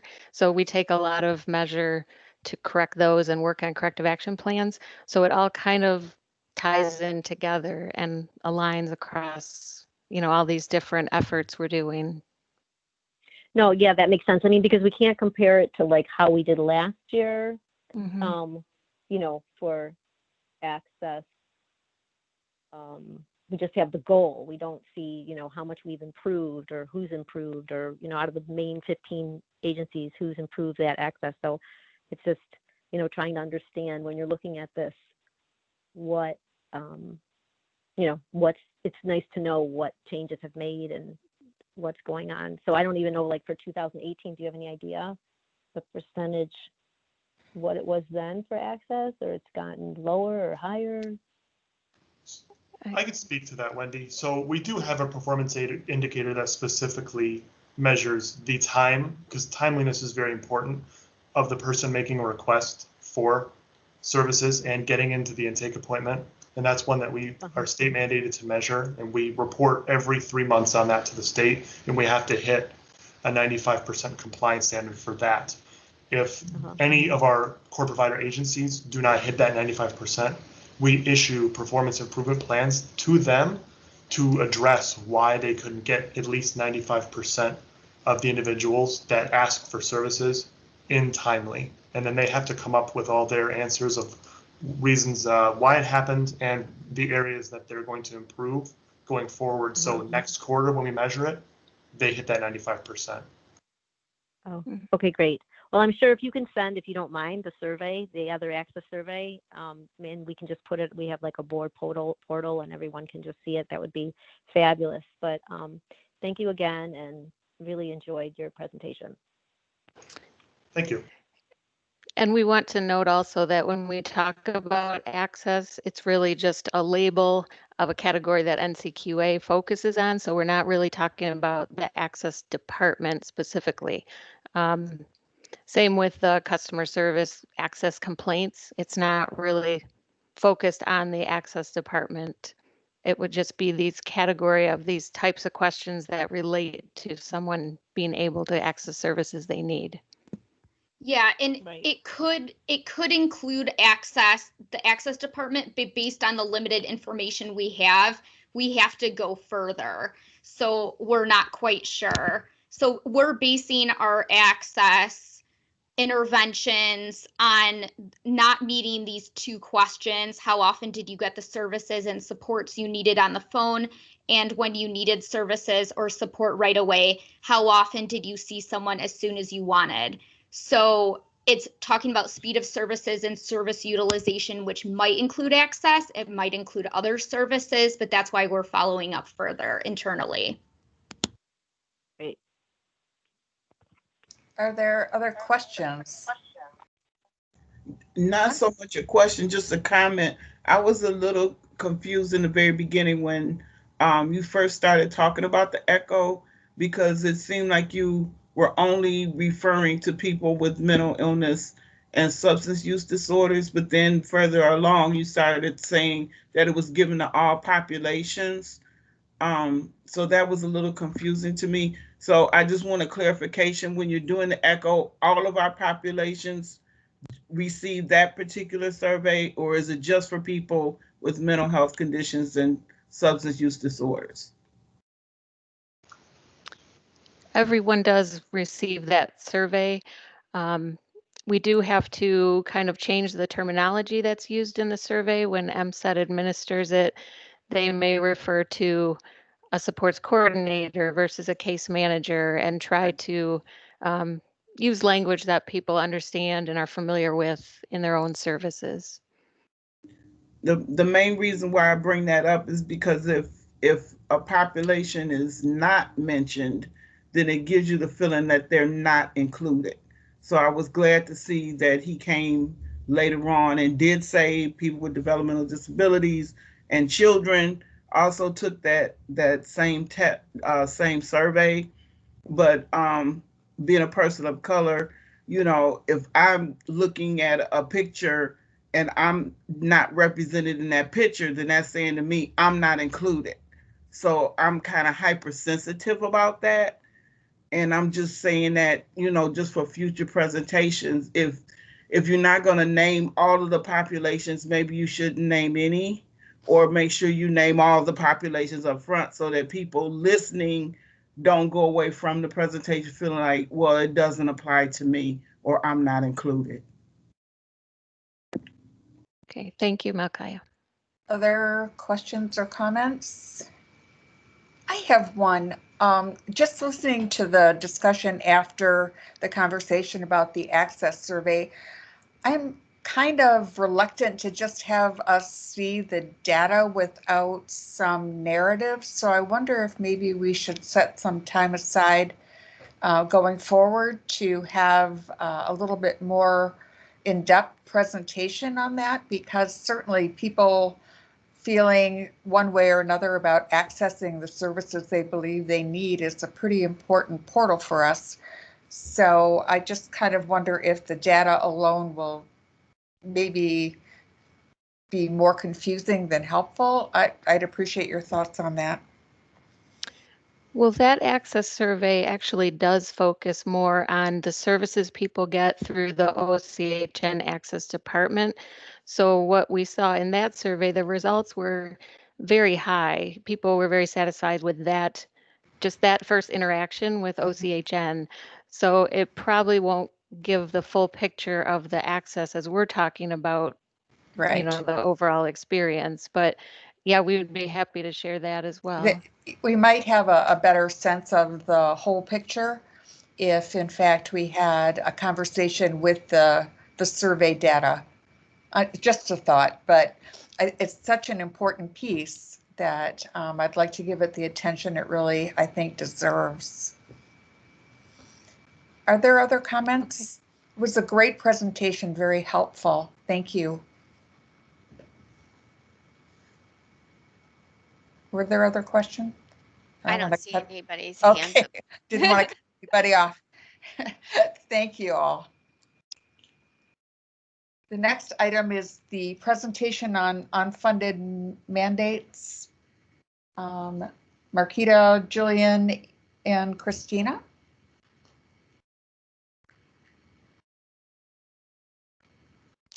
Hello, everyone. If you could please move to the next slide. Okay. One of the things that I wanted to talk to you about, many of you who've been on the board for a while know and of what I presented before, which was the GAIN assessment. The 1115 waiver, when it was applied for substance use disorder services, it mandated that there be a universal assessment that was utilized throughout all of the PIHPs, and the GAIN was chosen. That has since changed a bit, and they're looking at different tools. But what doesn't change is the fact that we have to institute a new tool throughout our provider networks, and we have not necessarily been given any of the funding to do this, and specifically for implementation, for the time it takes providers to be offline, providing services to be trained, and that is a concern as it can become quite expensive. Next slide, please. And actually, next will be Stephanie Wilson, who will be presenting information from the clinical team. Hello, good evening, everyone. Sorry about that. So for the clinical team, I'm going to talk about the statewide parity, which is an unfunded mandate that falls under our team. And so when I mention statewide parity, it's really talking about mental health parity for mental health services throughout the state of Michigan. So there was a work group that began in fiscal year 18. And the focus was really on creating that mental health parity across the state. So this work group has members, representation from PIHPs across the state, and really looking at how PIHPs and CMHSPs were reviewing and authorizing services, both at acute care levels and also at outpatient care levels. And so this work group submitted a work plan to the state that was approved, and this included implementing the Milliman Care Guidelines, or MCG, as we will often refer to it as. MCG is a national standard, and that is helping to provide consistency across the state for the review of acute care services. So next slide. So for the statewide parity, OCHN has implemented the use of the MCG tool. We're at varying stages across the state currently. The work group still is meeting every other week, and there are 3 PIHPs that have currently implemented MCG. The other PIHPs are working on implementing and getting that in place. With the use of MCG, it also includes an online tool, which is called Indicia. And so OCHN, along with other PIHPs in the state, contributed to the purchase of this online platform to utilize. We also worked extensively with PCE to embed Indicia into ODN. This was so that we could have consistency for use during the assessment within our network. And so we continue to provide at OCHN ongoing training to staff who utilize the Indicia tool. That would include the Common Ground staff, ACT teams who complete the MCG tool, and also the utilization management and review teams here at OCHN use the MCG Indicia tool. And I believe it is going to go back to Christina for jail diversion. Thank you, Stephanie. Yes, so in our community mental health services program contract, we are required to provide jail diversion services. And so that means coordinating care for individuals, case consultation regarding individuals in jail, and ensuring that they receive services outside, training of our officers so they can divert individuals rather than arresting them, and also our assisted outpatient treatment.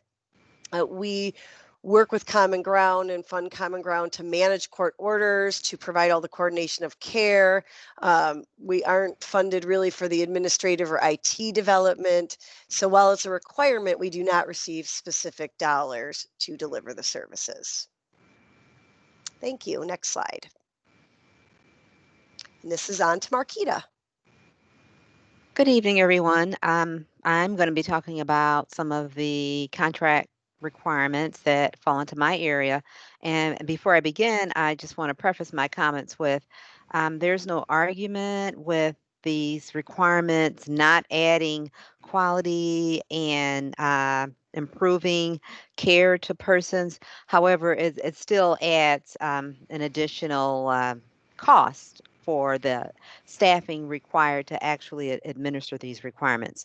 So the first item that is listed here in my area speaks to the implementation of the home and community-based standards, and you will hear us refer to that as HCBS. So just to give you a little bit of background regarding this, back in 2014, the Center for Medicaid and Medicare Services published a set of rules for the delivery of home and community-based services. So the intent behind that was to develop standards to ensure that people are receiving services that are provided in an integrated setting and that they're not isolative, and that people have the same access to services and activities as people that don't have disabilities, to provide opportunities for persons to pick and receive services from providers that they want and the locations that they want. So in order for the department to determine where the state was as a system in terms of being ready for these requirements, they implemented surveys. There was a survey for persons served and a survey for providers. Some examples of the types of survey questions that participants would have received was, do you get to control your own money? Did you choose your roommates? Do you get to choose how you spend your day? The provider questions would be very similar to those questions that were administered to the participants. So the department used that information to be able to identify where there were opportunities for improvements. And as a result of that, in order for the PIHPs to be able to start implementation of plans for meeting requirements, we were required here at Oakland to hire an FTE, We have an HCBS analyst that is responsible for managing the implementation of readiness for HCBS. This staff person also connects frequently with other team members in order to be able to facilitate this.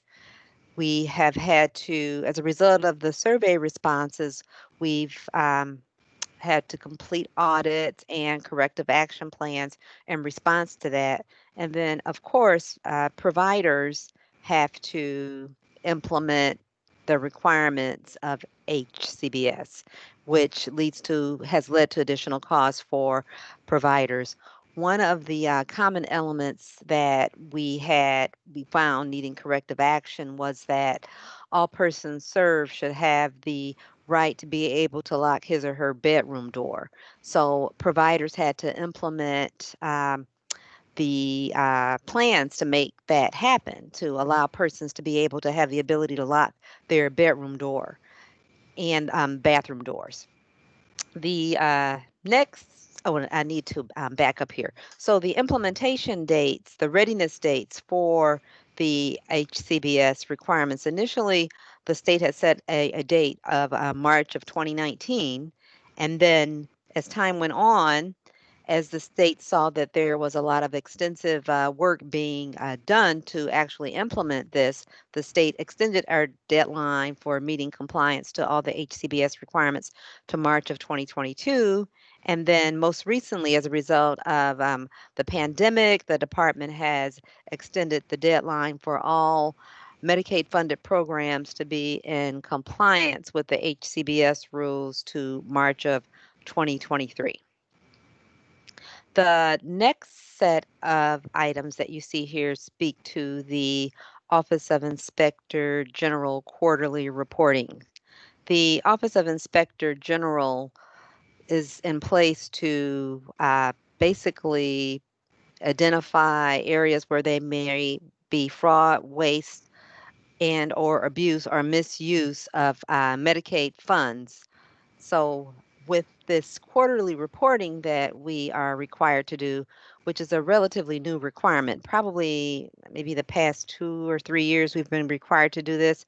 It's an extensive report that we have to submit on a quarterly basis that basically speaks to activities that the PIHPs have undertaken in the quarter to be able to identify any instances of fraud, waste, or abuse as a result of activities that have come to light. So we're required to do data mining activities. We're required to report on any information that has come to our attention requiring investigation through our hotlines or through provider reports or reports from persons served. So as a result of that, we submit reports to the OIG quarterly, and because it's a relatively new process, although the state did issue some guidance as to what they expected in the reports, it initially seemed to be a moving target because they didn't have all the requirements in place for the PIHP system. They were primarily accustomed to working on the Medicaid services side, so basically with the health plans. So now the process is beginning to become a little more smooth, but there are still opportunities where we have some back and forth on the reports that we submit. The next set of items speak to reciprocity, and reciprocity has been a requirement in our contracts with the department for several years. The department placed the language in our contract, but the department really didn't implement any of the requirements. It was left to the PIHPs to basically implement the reciprocity elements. So the items that I have listed here, I have the monitoring efforts, which pertain to our licensed residential monitoring and our hospital monitoring. And then another item that isn't listed here is also training reciprocity, which basically speaks to direct support staff. So what reciprocity basically means is that If an administrative requirement has been implemented and addressed at one PIHP, if a staff person moves to another PIHP to work, for example, a direct care worker, that staff person would not have to go through training again, provided that it could be verified that that staff person had completed training at the other county. So in terms of the monitoring efforts, we have a shared site that is used statewide for housing our licensed residential monitoring that have been completed. And then there's also that same site that's used for housing the hospital reports. So all PIHPs have access to that site, and they are able to go into that site and pull a report. So Oakland actually developed that process for that site. However, all of these efforts, there was no additional funds provided to us to actually implement these things. Next slide, please. So this slide speaks to a couple more elements that fall into my area. The first one speaks to remote audits. And when you think about remote audits, there are pros and there are cons. The pros would be there is no travel, there's no lodging, so there's an expense that's being saved. And another pro would be there is some relief by not having auditors on site on location. But on the other hand, there are also cons that are related to that. By not having people on site that you can immediately have conversation with, there is extensive dialogue back and forth with reviewers to ensure that we are being evaluated fairly. And then there's also a lot of prep work in terms of scanning documents and uploading them to the reviewers for them to actually do their work. And because the site reviews are being done remotely, there is a concern that they want to be sure that we are implementing our corrective action plans as we have stated. So they have implemented a process where we have to provide status reports on the implementation of our corrective action plans. The bullet that's beneath the MDHHS bullet is the Health Services Advisory Group. Health Services Advisory Group is a contractor that the department contracts with to ensure that all the PIHPs are in compliance with the managed care rules. Those requirements address the External Quality Review Organization, and HSAG is the contractor that the department has contracted with for many years to come out and to make, well, they previously came out, now they're doing it remotely, but they want to make sure that we're meeting all the requirements to address the managed care requirements. So the same audit requirements that I spoke about under MDHHS are also required of HSAG. It's an extensive corrective action plan process. The next set of items speak to the shared metrics that the department has added to our contract with the health plans. There are 3 shared metrics here. All are important and all serve to improve quality of care for persons served. We still have to devote staffing to be able to this to ensure that we are actually on target with improving our rates in these areas. The first bullet, the follow-up after hospitalization for a mental illness within 30 days, is a contract withhold. So the department withholds dollars from our contract until it can be assured that we've met those requirements. And I do have to say that we have met those requirements. I think it's been for the past 3 or 4 years, and that's due primarily to the work that's done by our nurses. They work directly with the health plans to make sure that all persons served are seen within 30 days following release from a inpatient setting.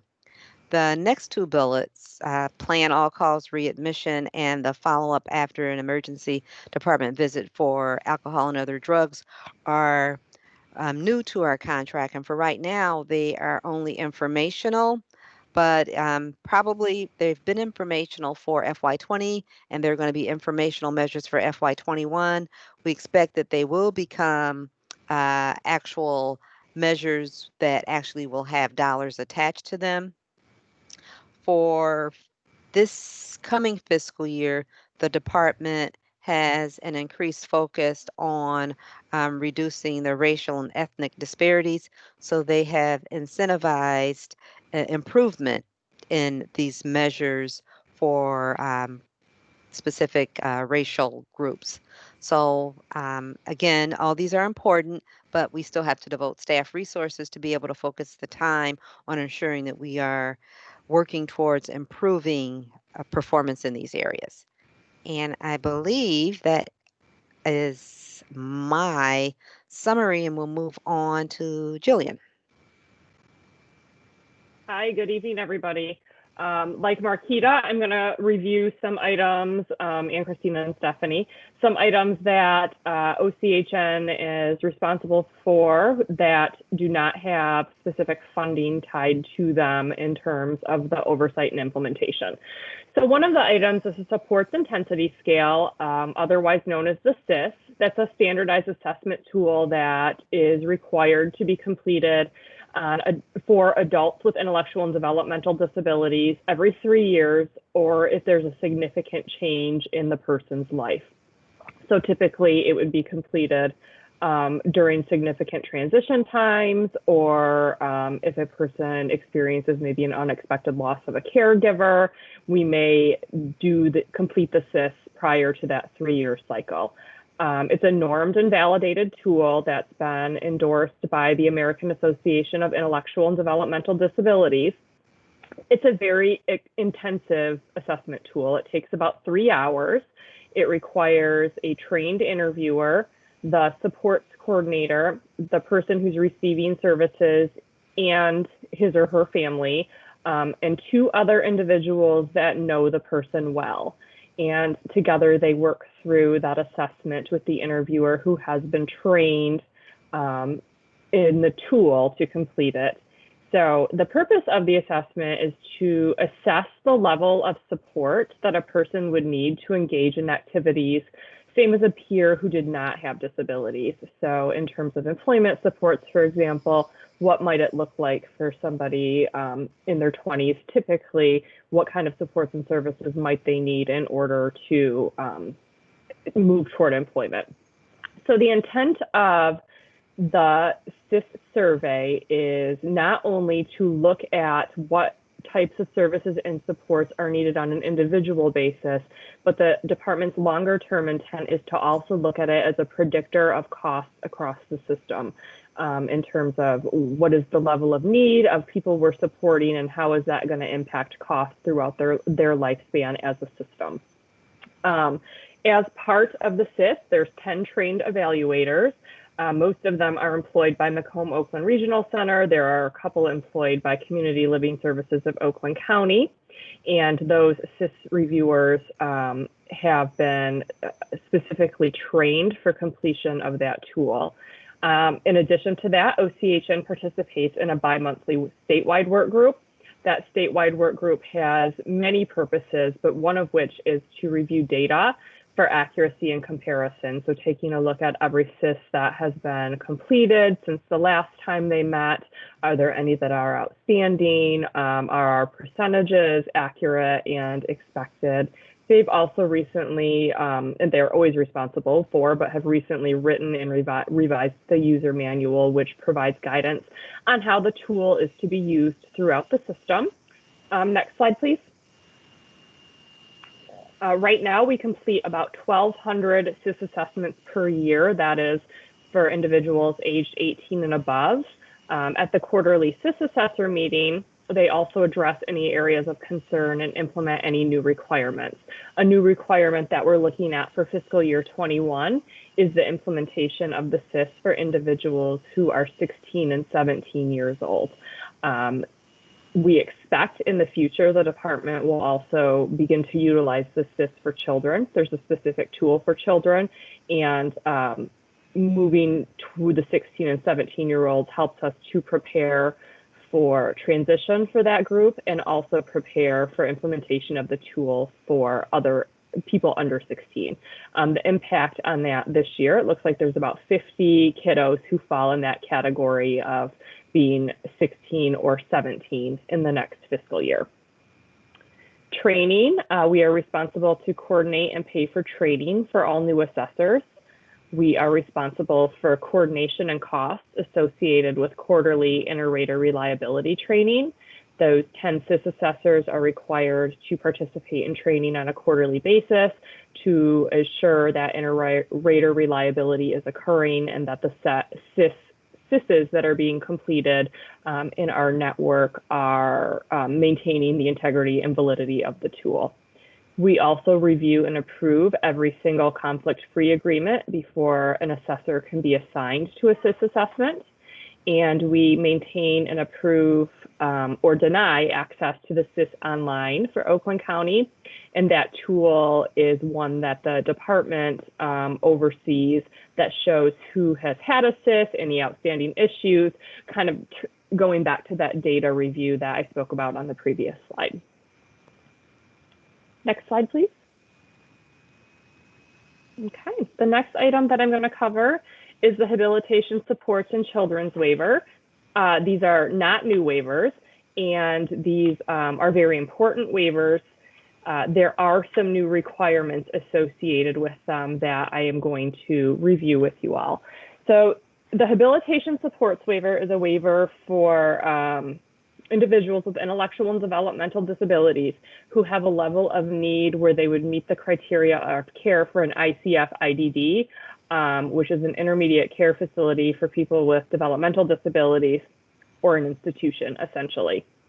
The children's waiver has that same requirement. It's for kiddos specifically, and it also looks at a child as a family of one.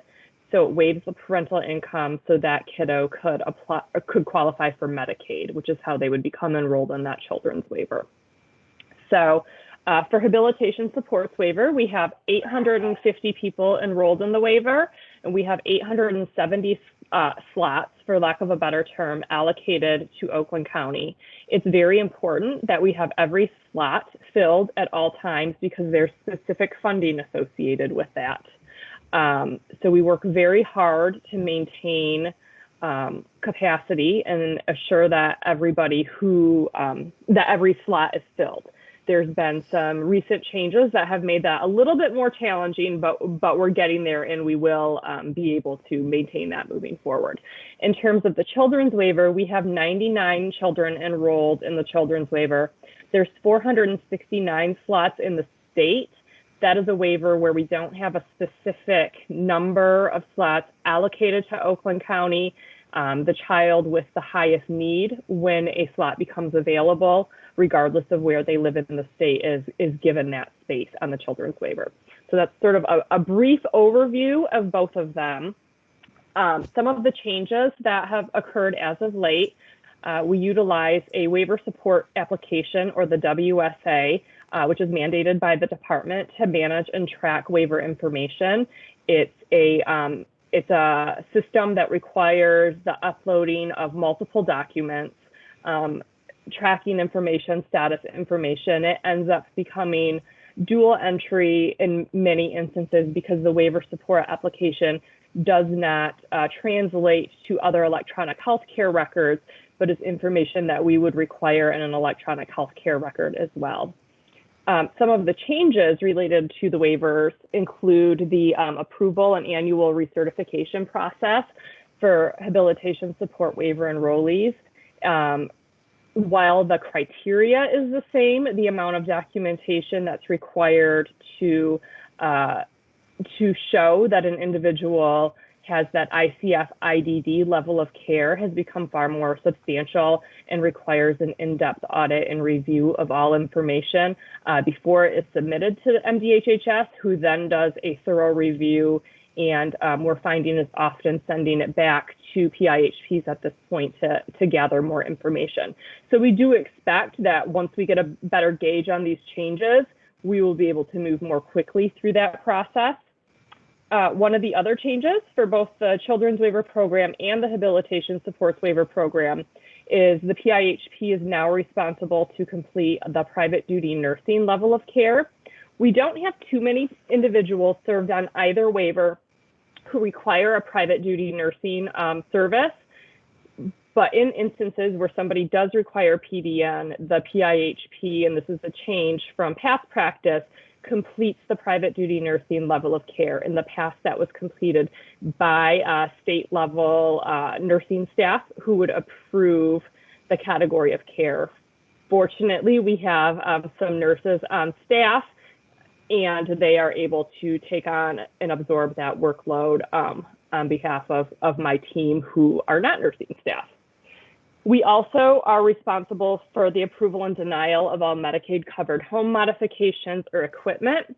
In the past, again, that required authorization from MDHHS. This has required us to develop a process. We've also had to contract with an occupational therapist and rely on one of our other community partners, Community Housing Network, in terms of any building assessments for specific home modifications. Again, this doesn't happen frequently, it doesn't come up frequently, but when it does, it can be relatively time consuming. Now that said, these waivers are extremely important for services to individuals. The Children's Waiver Program offers kiddos access to services that they would not otherwise have access to if it weren't for the Medicaid insurance coverage. And the Habilitation Supports Waiver, while it doesn't necessarily offer a different array of services than for individuals who do not have an HSW enrollment, it does provide additional funding to OCHN. So it's very important that we monitor and assure that as many people as possible who qualify for a Habilitation Supports Waiver or Children's Waiver in Oakland County have that access. Next slide, please. Okay. And now I'm going to talk a little bit about the autism benefit. The autism benefit was implemented, I want to say it was 2017, but dates are starting to mush together for me now, so it's possible it was 2016. And the autism benefit provides ABA services to individuals up to their 21st birthday who have a qualifying autism diagnosis and would benefit from the service. Again, we utilize that MDHHS WSA tool to manage and track status. It's even more in depth for the autism benefit. We have to track authorization and utilization of services on we do quarterly audits of it, but we have to report it on a weekly basis.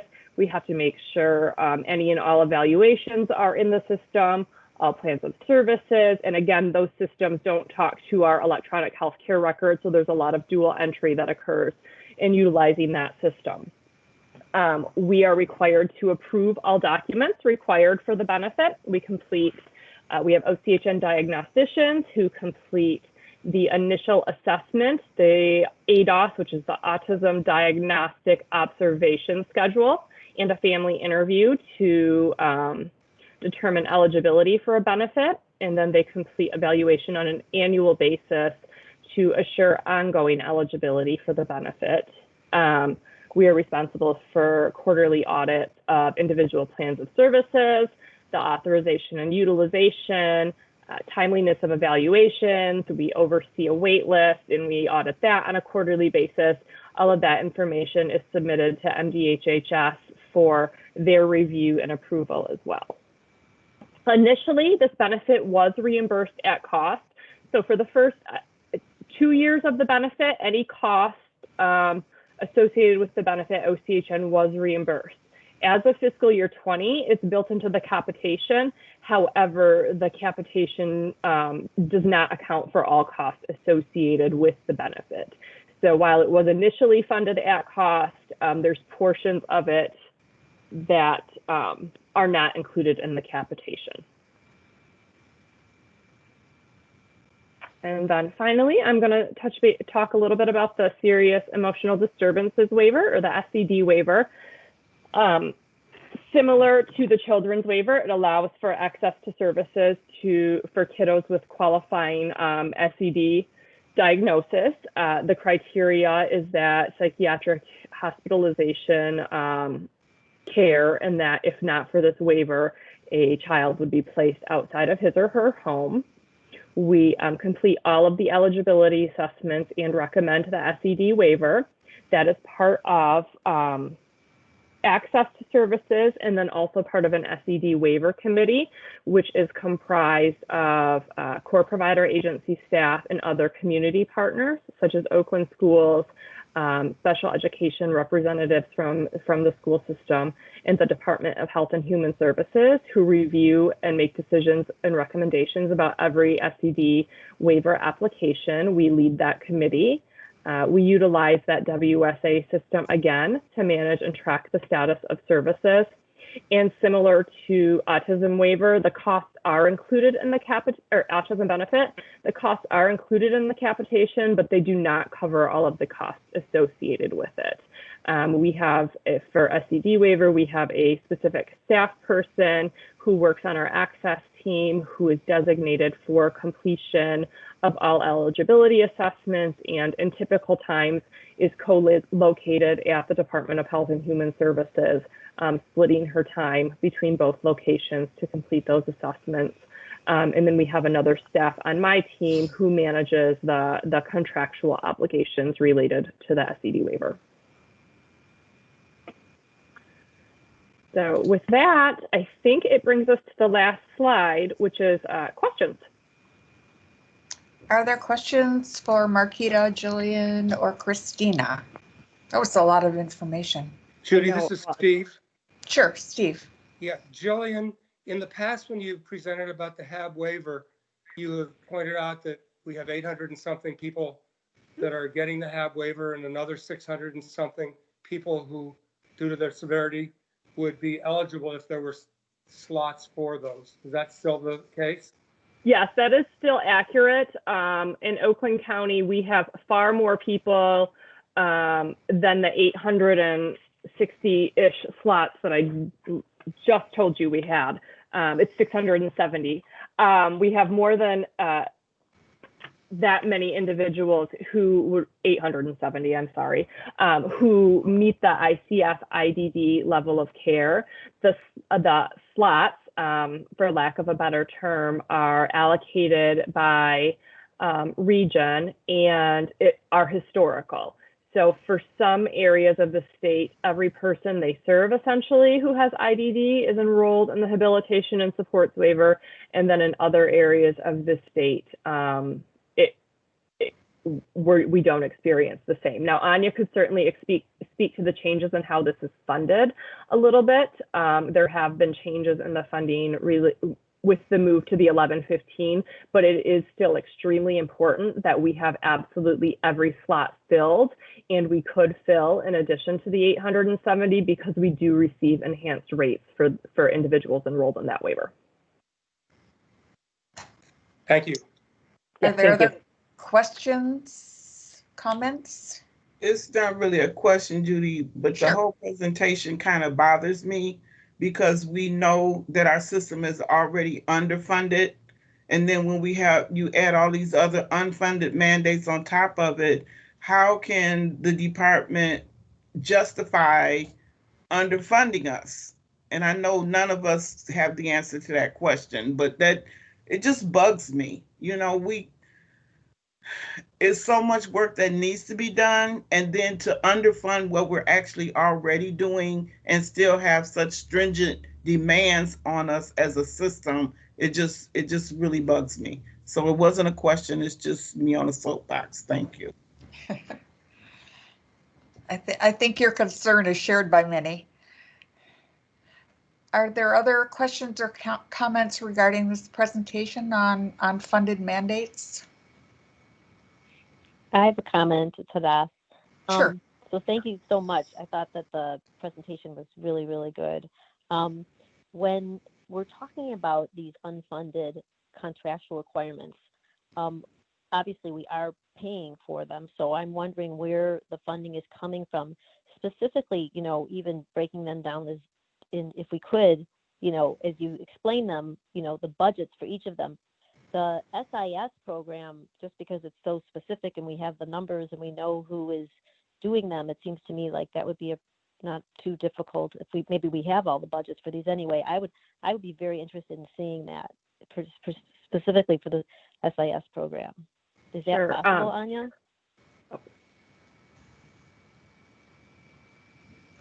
Oh, sorry about that. Took me a minute to unmute and get my camera back on. So, how we're funding it is essentially rolled into provider costs. So, build rates for providers.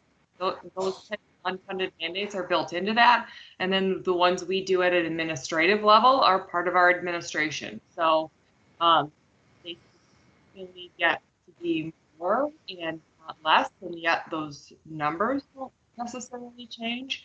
So unfortunately, they're typically expected to be absorbed. The home and community services were a good example of that. And so it isn't that it has a specific dollar amount that we tie to a specific function per se, other than we could say assist typically takes, let's say, 3 to 4 hours, and we could cost by minute the staff it takes to provide it, but we don't typically do that level of costing other than by procedure code. So it's really just rolled into either provider costs or our administration. Right. So our administration costs, though, are covered, I thought, by, there are also federal funds and county funds and all that. So, or is it mostly just county? Is that what this is, like the county is supporting, the county funds we receive?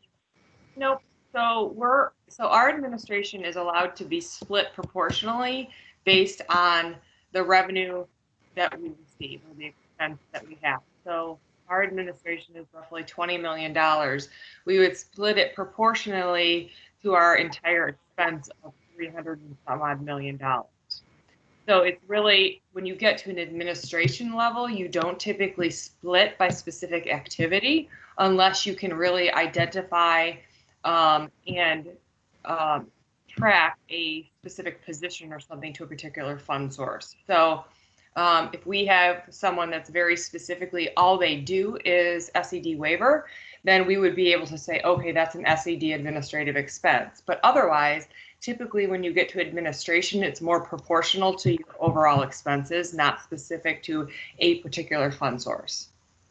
Okay. Right. But if we were to be able to, and maybe you can do this, to come up with the amount of funds that, that we are paying for these things specifically, then that can be utilized to go to the state and talk to them about these items. Yes, and 100%. And so we have done that. I'll use the GAIN, which is an SUD assessment. So we did that with the GAIN. The entire state put time and energy into determining what the cost of implementing the GAIN would be. And I think off the top of my head, and Christina could correct me, it was upwards of $10 million or so to get everyone trained in the administration of it all. And, we didn't see that level of increase. So the reality is these are expectations they put on us, but they don't always fund us for them, because they don't always have the funding either. So it's sometimes, right. As much as I'd like to say, yes, we can't do this unless you fund us exactly for what it costs, that isn't really how it works most of the time. No. I wouldn't expect that. And that's like in any organization, there's always things that, organizations have to fund themselves. I just think it would be helpful and to, one or two of these programs to know if we could figure out, and maybe that's for, a different conversation for a different committee, what the cost is to run the particular program. And the reason I bring up the SIS is it just seems to me they know they have 10 people that you hire to do this, and they have 1,200, a year, and the cost of doing one, it just seems that one particularly we could figure out. Yep. I mean, what the cost would be. So. And they implemented this We did do that. So I have very clear recollection of being the analyst at the time who did that, where we took all of the direct and indirect costs associated with that to say what was the cost of doing it. Can I say that it created additional funding? No. But we did. We definitely did do that. I think Jillian can remember. She was in fact over that contract at the time. I probably still have the files. You probably do. So, you know, it's Yeah, I'm not not for saying lack that of they would pay ability to do it. It's really, it doesn't seem to gain us anything to put forth the administrative effort to do it, quite honestly. Right. No, there would have to be a reason to, either fundraising or a grant or, it wouldn't just be from the state funding us. It would be figuring out another avenue of funds. So, or even federal funds. I don't know. It's if there's a need, that's all. So anyway, thank you. It was a very good report. Thank you. Are there other questions for Jillian or Marquita or Christina? It was a lot of information and a level of awareness of the additional challenge of getting the work done without having all the resources to back them. But it's important to people. We've got to do it. So, okay, thanks so much. I'm going to move on to the next item on the agenda, which is other business. And I've got one piece, and that is that we will have a study session on August 27th, Thursday, of course, at 5. And Anya, would you like to kind of give us a picture of what we're going to be hearing at the study session? So the plan is to go through the annual plan and budget for input from the board prior to it being presented to the public. So it will be draft of both documents, and I also think we have on the agenda the HR presentation related to, I'm forgetting the actual number that associates with the waiver of the 20% thing. PA 152 or something like that? Yes. So I believe those 3 agenda items are on the agenda, and it is our intent to go through those in fair amounts of detail so that we can get input from the board prior to it going out to the public. Okay, great. Will we be having that material available to us pretty soon so we can be ready for the presentation? I would say the goal would be, I know we are reviewing it, the chiefs are reviewing all the drafts on Monday, so my hope would be that we could get it out to you early next week. That would be great. Thank you. Is there any other business from any of the rest of the board? Judy, you had mentioned that you were going to talk about the dues. I think I'm going to save that for the study session if it's okay. Oh, that's fine. Yes, I think we're talking the dues or the PAC. Which item were you? The PAC. Okay. I think we'll try and add that to the agenda for the study session because that could be kind of lengthy. So I'll try and get some material ready and get it out before the study session so we can be ready to talk about it. Does that sound good to you? Yeah, sounds good. Thank you. Okay, thanks. Thanks for the reminder. We'll go on to board committee reports. Rights Advisory Committee, Jonathan?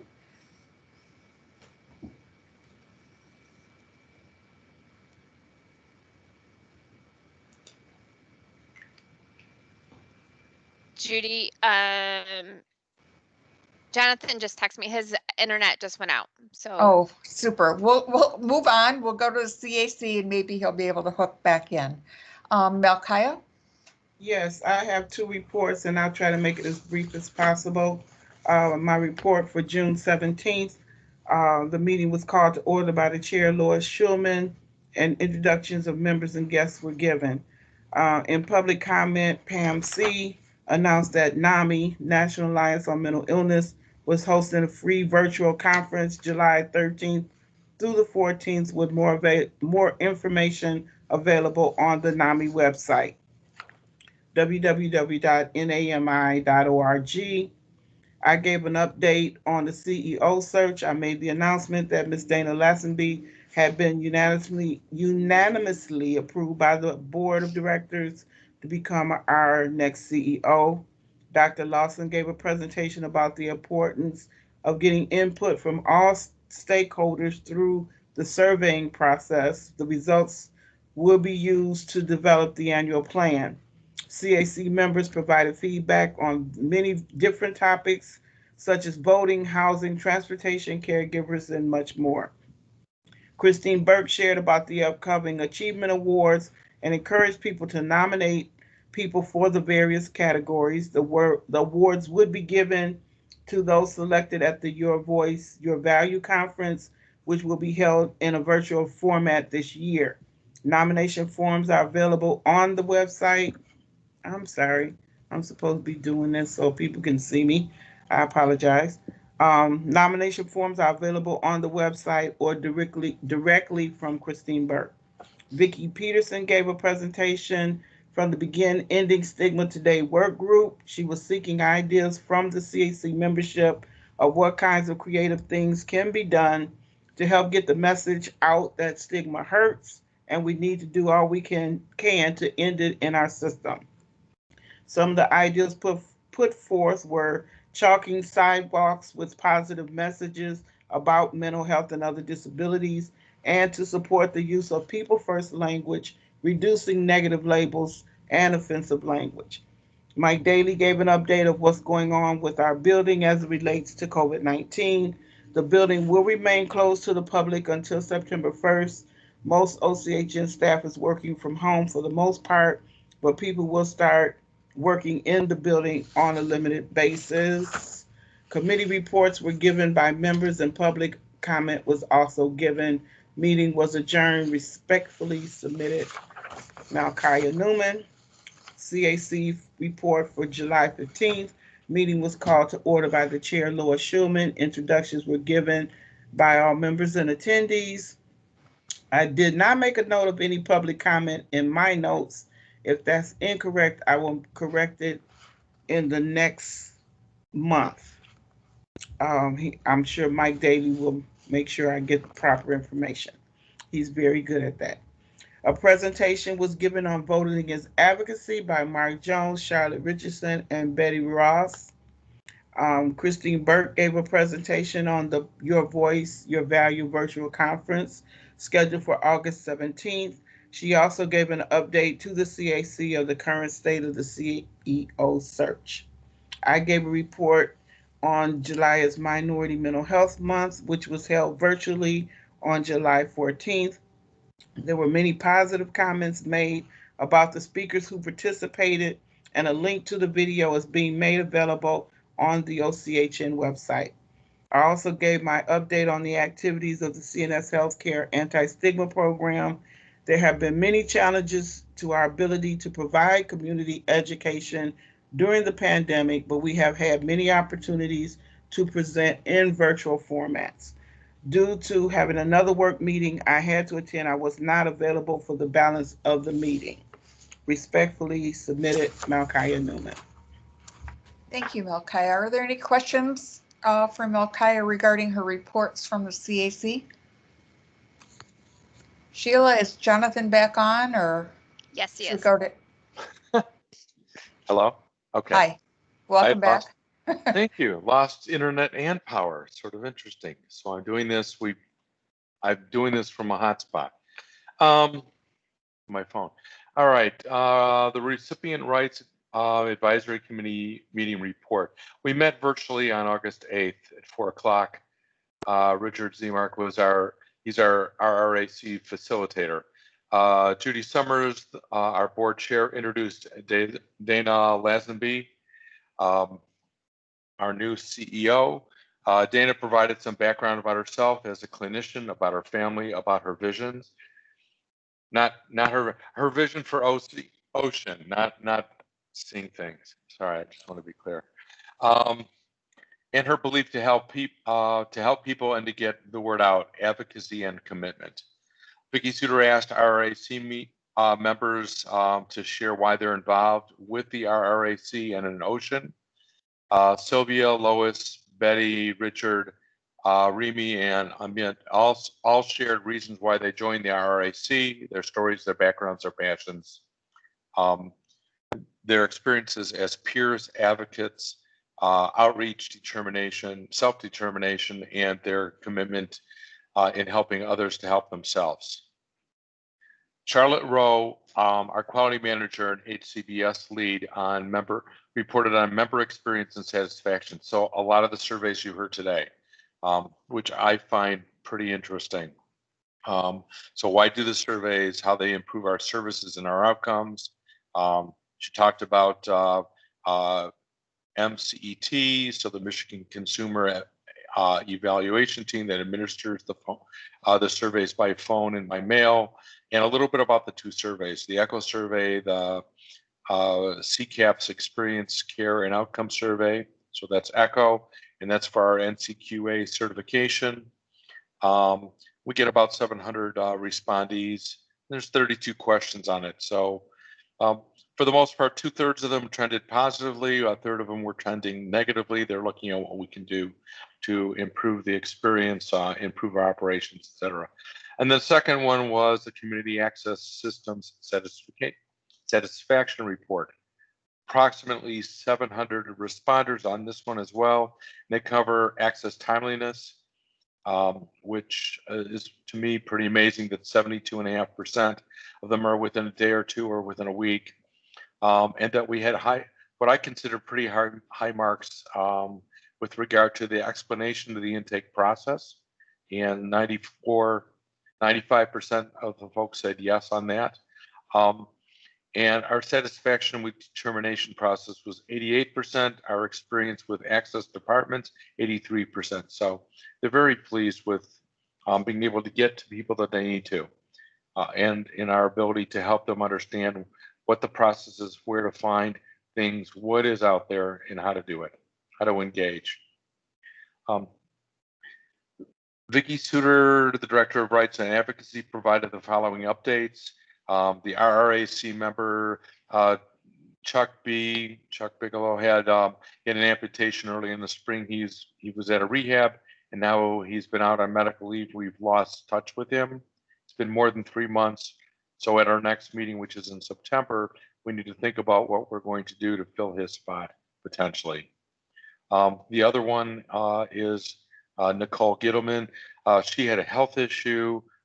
She'd had surgery. She was in rehab, so she was going to be out for a while.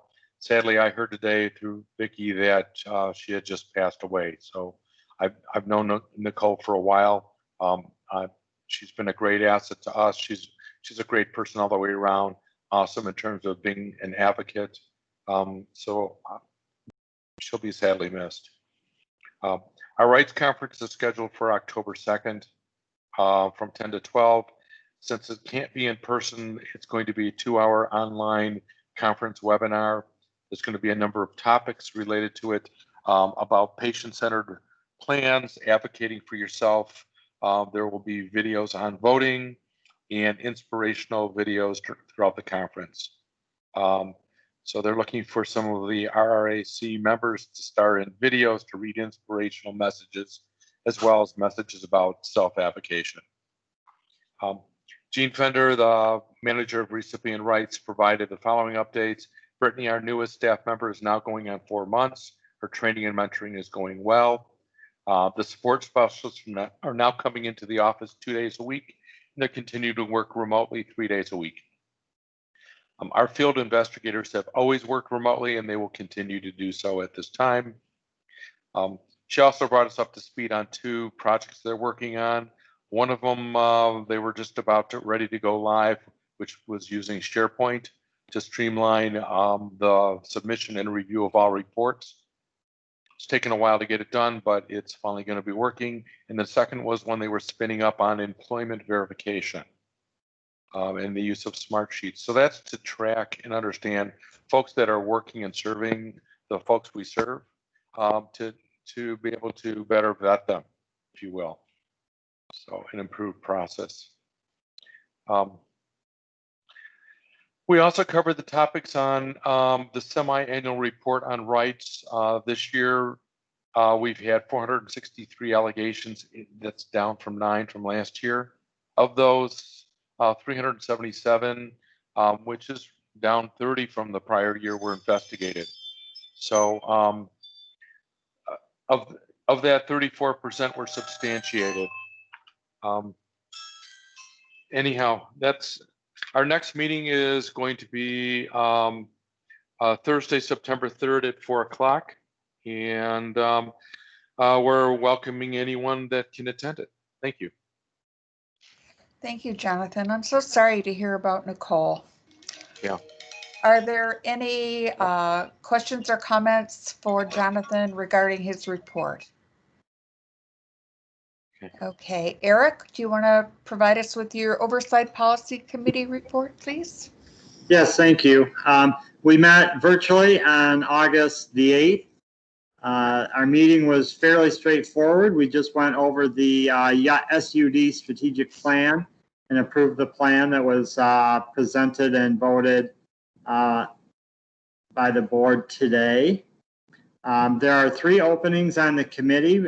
We are looking for a veterans representative, someone connected to the religious community, and I believe a 3rd slot for a service recipient representative. And then our next meeting is in October. I don't have the exact date, but we'd love to have anybody join us if you're so inclined. And that's my report. Thank you, Eric. Are there any questions for Eric regarding his report? Well, now we move on to our director's report. Better late than never, I guess. Dana, welcome to your opportunity to chat with us. Thank you, and good evening, everybody. I'm very, very happy and excited to be here. So I just want to give a quick report and give you some sense of how I will be reporting in the future. But I do want to give you sort of a recap of my last couple of days and just the process I've been thinking about since I started or even started the interview process. So 2 of the things I think are very important for me is being humble and having humility, which are the 2 attributes I really strive for in my professional and personal life. And I think they're both essential as in my role as an administrator. I'm also a career-long clinician. I'm a limited licensed psychologist, and I consider myself a public servant. And of course, you all know by now, most of you have heard me, I'm a mom and I'm a wife. So I've been in this field for almost 30 years now in the public health sector. I've always pretty much worked in the public health sector. I've had some experience in the private sector as well, which I think brings great experience in this area because also the business processes are a little different and more defined. And so I hope to bring that to OCHN. So I've been blessed with some extraordinary opportunities to advocate and to share in the accomplishments of people whose lives that are impacted by like disabilities and mental health challenges and or substance use disorders. So to me, to be able to help, I have learned so many important lessons from these individuals that, and even my own personal lessons in life and working and helping and advocating for my son. So just seeing the resilience and the courage of people, even the individuals who talked earlier about their stories, that gives me encouragement, and it lets us know that recovery is possible. So I'm internally grateful for this opportunity and for the gifts I believe people bring to this organization. So as you all know, I was recently selected by your 12-member board to serve as the executive director and the CEO of Oakland County Community Health Network. So I'm very honored and thankful that you have the confidence in me to lead this amazing organization. I'm very committed to cultivating what you already have in place, a person-first, family-centered, focus on service delivery system that meets the needs of the people we are charged to support. Well, I'm not a real stranger to the public mental health system or Oakland County. I've been an Oakland County resident actually for 22 years. This role is new to me. So one of the things I wanted to do when I came on board, not a respect of the magnitude of this responsibility, I made a conscious choice when I started to be an attentive listener. So I wanted to hear firsthand from the people we serve, the team that I inherited or I have the opportunity to work with, our staff, our providers, and the community partners about what the priorities are and what matters most. So, like I said, I've been around the public mental health system for a long time. And so we always know that the question is not if we're going to change, it's just when the changes occur. So I don't think any of us going into 2020 could have anticipated the quick and decisive pivot we had to all make in response to COVID-19. So the outcries for racial reform are also things that are echoing in our community and our country. So both require major changes and demand a unique set of priorities. So that's one of the things, or two of the really major things I want to focus on with my team. And as for service delivery, our priorities have to continue to be offering and expanding access to service, and even more now to telehealth supports. Ensuring access to service continues. So we want to make sure that as soon as people can get those face-to-face services, they can do that. Securing personal protection equipment for people we serve, because I think we think about the people who work for and work with people we serve, and we forget those individuals we do serve who receive our services also need access to personal protection equipment as well. And among the top concerns I think that we all are seeing across the state and across our system is recruiting direct care professionals and really focusing and emphasizing how important their role is into the services for individuals. I know the staff at OCHN and throughout our provider network have been really working tirelessly to see that all of these concerns are being addressed. So as a side note, I also wanted to let the board be informed or know that tomorrow during our weekly staff meeting, What's Up Wednesday, I will be formally announcing to our staff that we will continue the remote work from home until January 4th. And this is in alignment, and after a lot of conversation and discussion with my team, and also looking at what's going on at the state level regarding reopening. And then a lot of the uncertainty related to parents and the challenges they face related to school reopening. And then we're also seeing a lot of schools that are opening up and then quickly closing maybe a week later. So I think we have to be flexible and supportive for the staff as well as the provider community and how we look outside the box to provide continued care and service. So I want to be mindful of that, and I want to just keep that board informed that we're going to constantly look at that and look at opportunities to, of course, bring people back into the work setting, but also doing it safely in a timely, planned way. So in the midst of COVID-19 health crisis, another threat we know we face as a community and as a country is racial tensions. So I see, like many organizations, OCHN released a powerful anti-racial statement denouncing prejudice against people of color and all minorities. So I was really excited and hopeful to see such a statement come out from OCHN prior to my starting. So during the short time that I've been here, which is 4 days, as of today, 5 days, I am so reassured by this staff's actions that we truly are committed and intend to live by the words in that statement.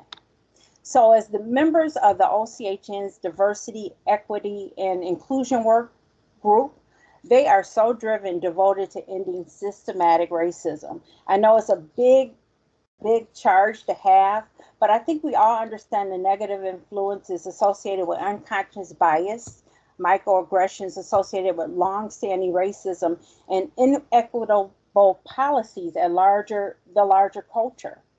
So they're really determined. I've seen a lot of work put forth into these efforts, and to restructure current practices internally as well as throughout the system so that mental health outcomes and access improve for people who belong to racial, ethnic, and sexual minorities. We want to make sure that there's fair and equal access to services, education, and quality services. So I'm really inspired by the passion I see with this team, that we are in the right direction to address these things in our community and really look at the physical and behavioral healthcare system, which is very historically does have quite disparate access to services and quality to service. So I was glad to meet with the team to find out that was a priority for this organization.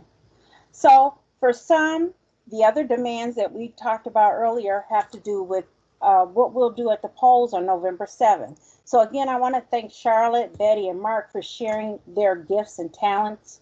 I had the pleasure of actually reviewing one of the webinars, the voting webinars that they offered to the community. This information was so helpful and so inspirational, and it was a real call to action for people to get involved and make sure they vote, and talked about some of the barriers people with disabilities have.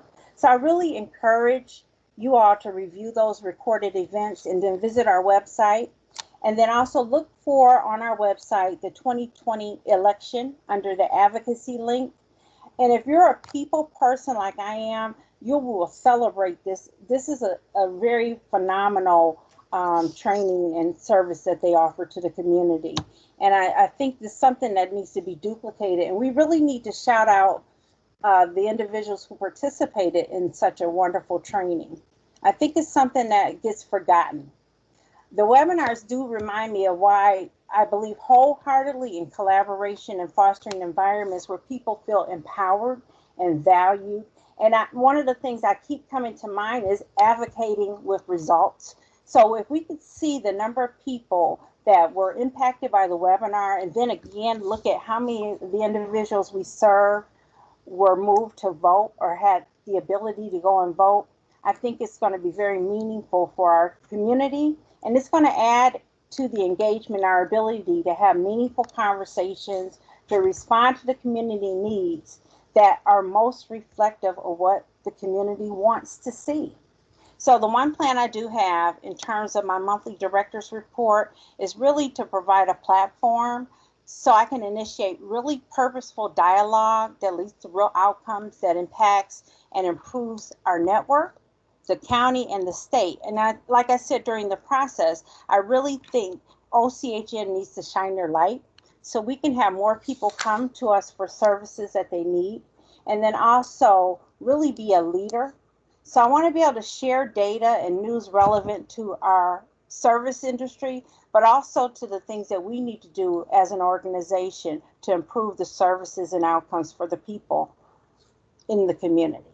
So again, I want to assure everybody that the decisions and all of the decisions I make will be done with the people we serve, our friends, our family members, and our neighbors, individuals of this community who receive public mental health services, behavioral health services. They deserve our best, and I'm very committed to giving my best and making sure our team gives our best. So that's all I really wanted to say during this first report. But again, I want to thank this board and really thank the staff or the team at OCHN. Everyone has been extremely welcoming, helpful, and just it makes me feel very excited for me to be here, which is a great thing because I'm very excited to be a part of this organization. So that's it for me. Thank you. Thank you, Dana. We appreciate your energy and your investment in us and the people we serve. Are there any comments or questions for Dana regarding her report? I'm going to take that as a no for right now. Our next item is public comment. Christine, are you still with us? Yes, Judy, I'm still here. We did not have any other public comments this evening other than the statement that I read in the beginning. Okay, thank you. Next item would be board member comment. Sheila, do you want to run through the roll and see if our board members have something they'd like to say? Sure. Ms. Newman? She just commented, so. Thank you. They usually save me for last, or next to last. But I just want to thank Dana for her comments. Well said. I said it in the chat. Well said. And I want to thank the staff again for being mindful and thoughtful in your presentation prep. You bring a great deal of good information to us. And I don't always thank you. And I just want to make sure that I do that. It still troubles me that there's so much that we're required to do that we don't get compensated for. And it's just something that goes with the territory. But all we can do to advocate and let the cause be known, I think is my way of approaching it, trying to educate the people that make the decisions about the dollars, just how valuable the system is and how valuable the work is, how valuable the people are that we do the work for, and how valuable the people are that do the work. So thank you. And with that, everyone, be safe, and I'll see you next week at the study session. Dr. Hans?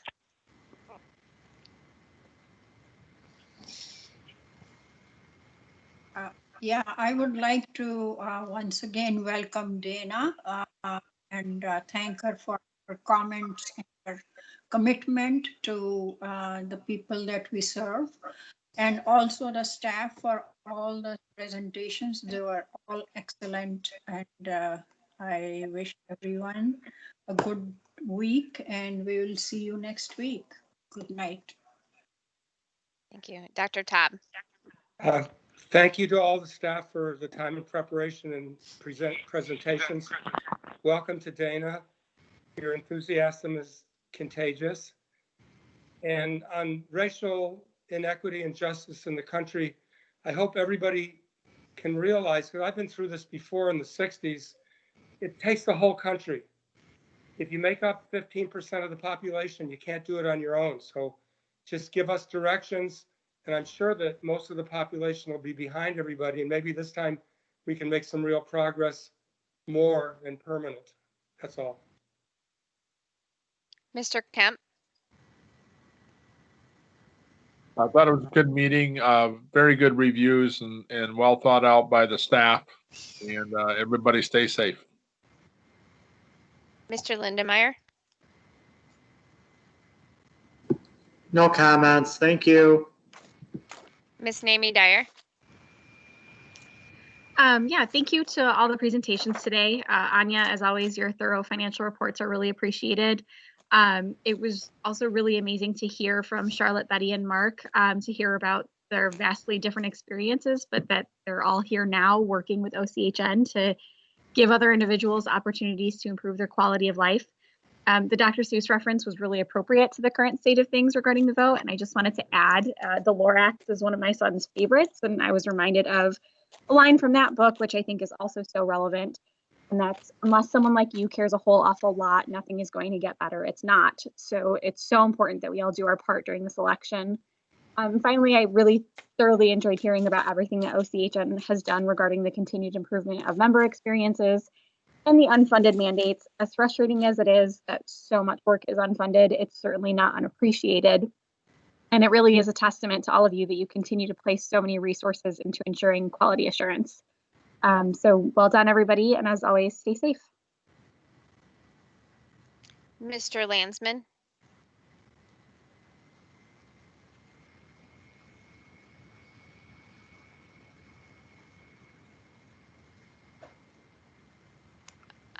Mr. Landsman, you're on mute, I think, if you're still on.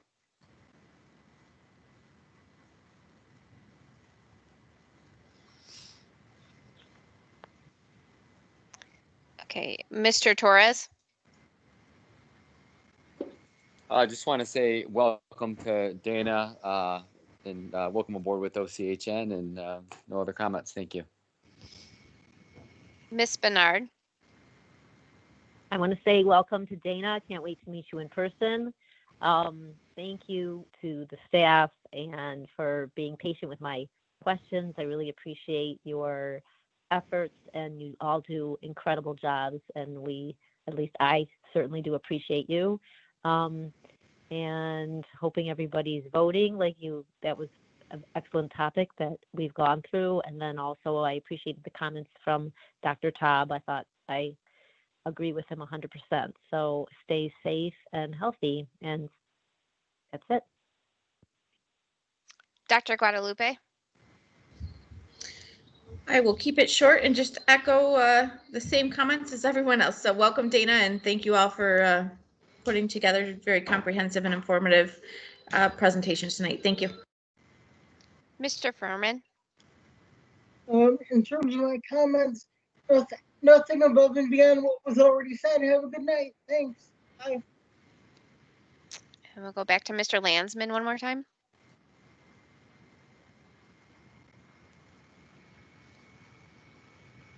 Miss Summers? Thank you, Sheila. I appreciate the effort of all who participated this evening and those that we don't see who are working so hard too.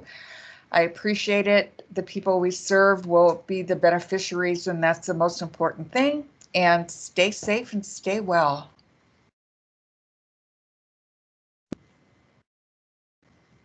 If there are no other comments, this meeting is adjourned. Thank you. Have a good evening, everyone. Good night, everybody. Good night.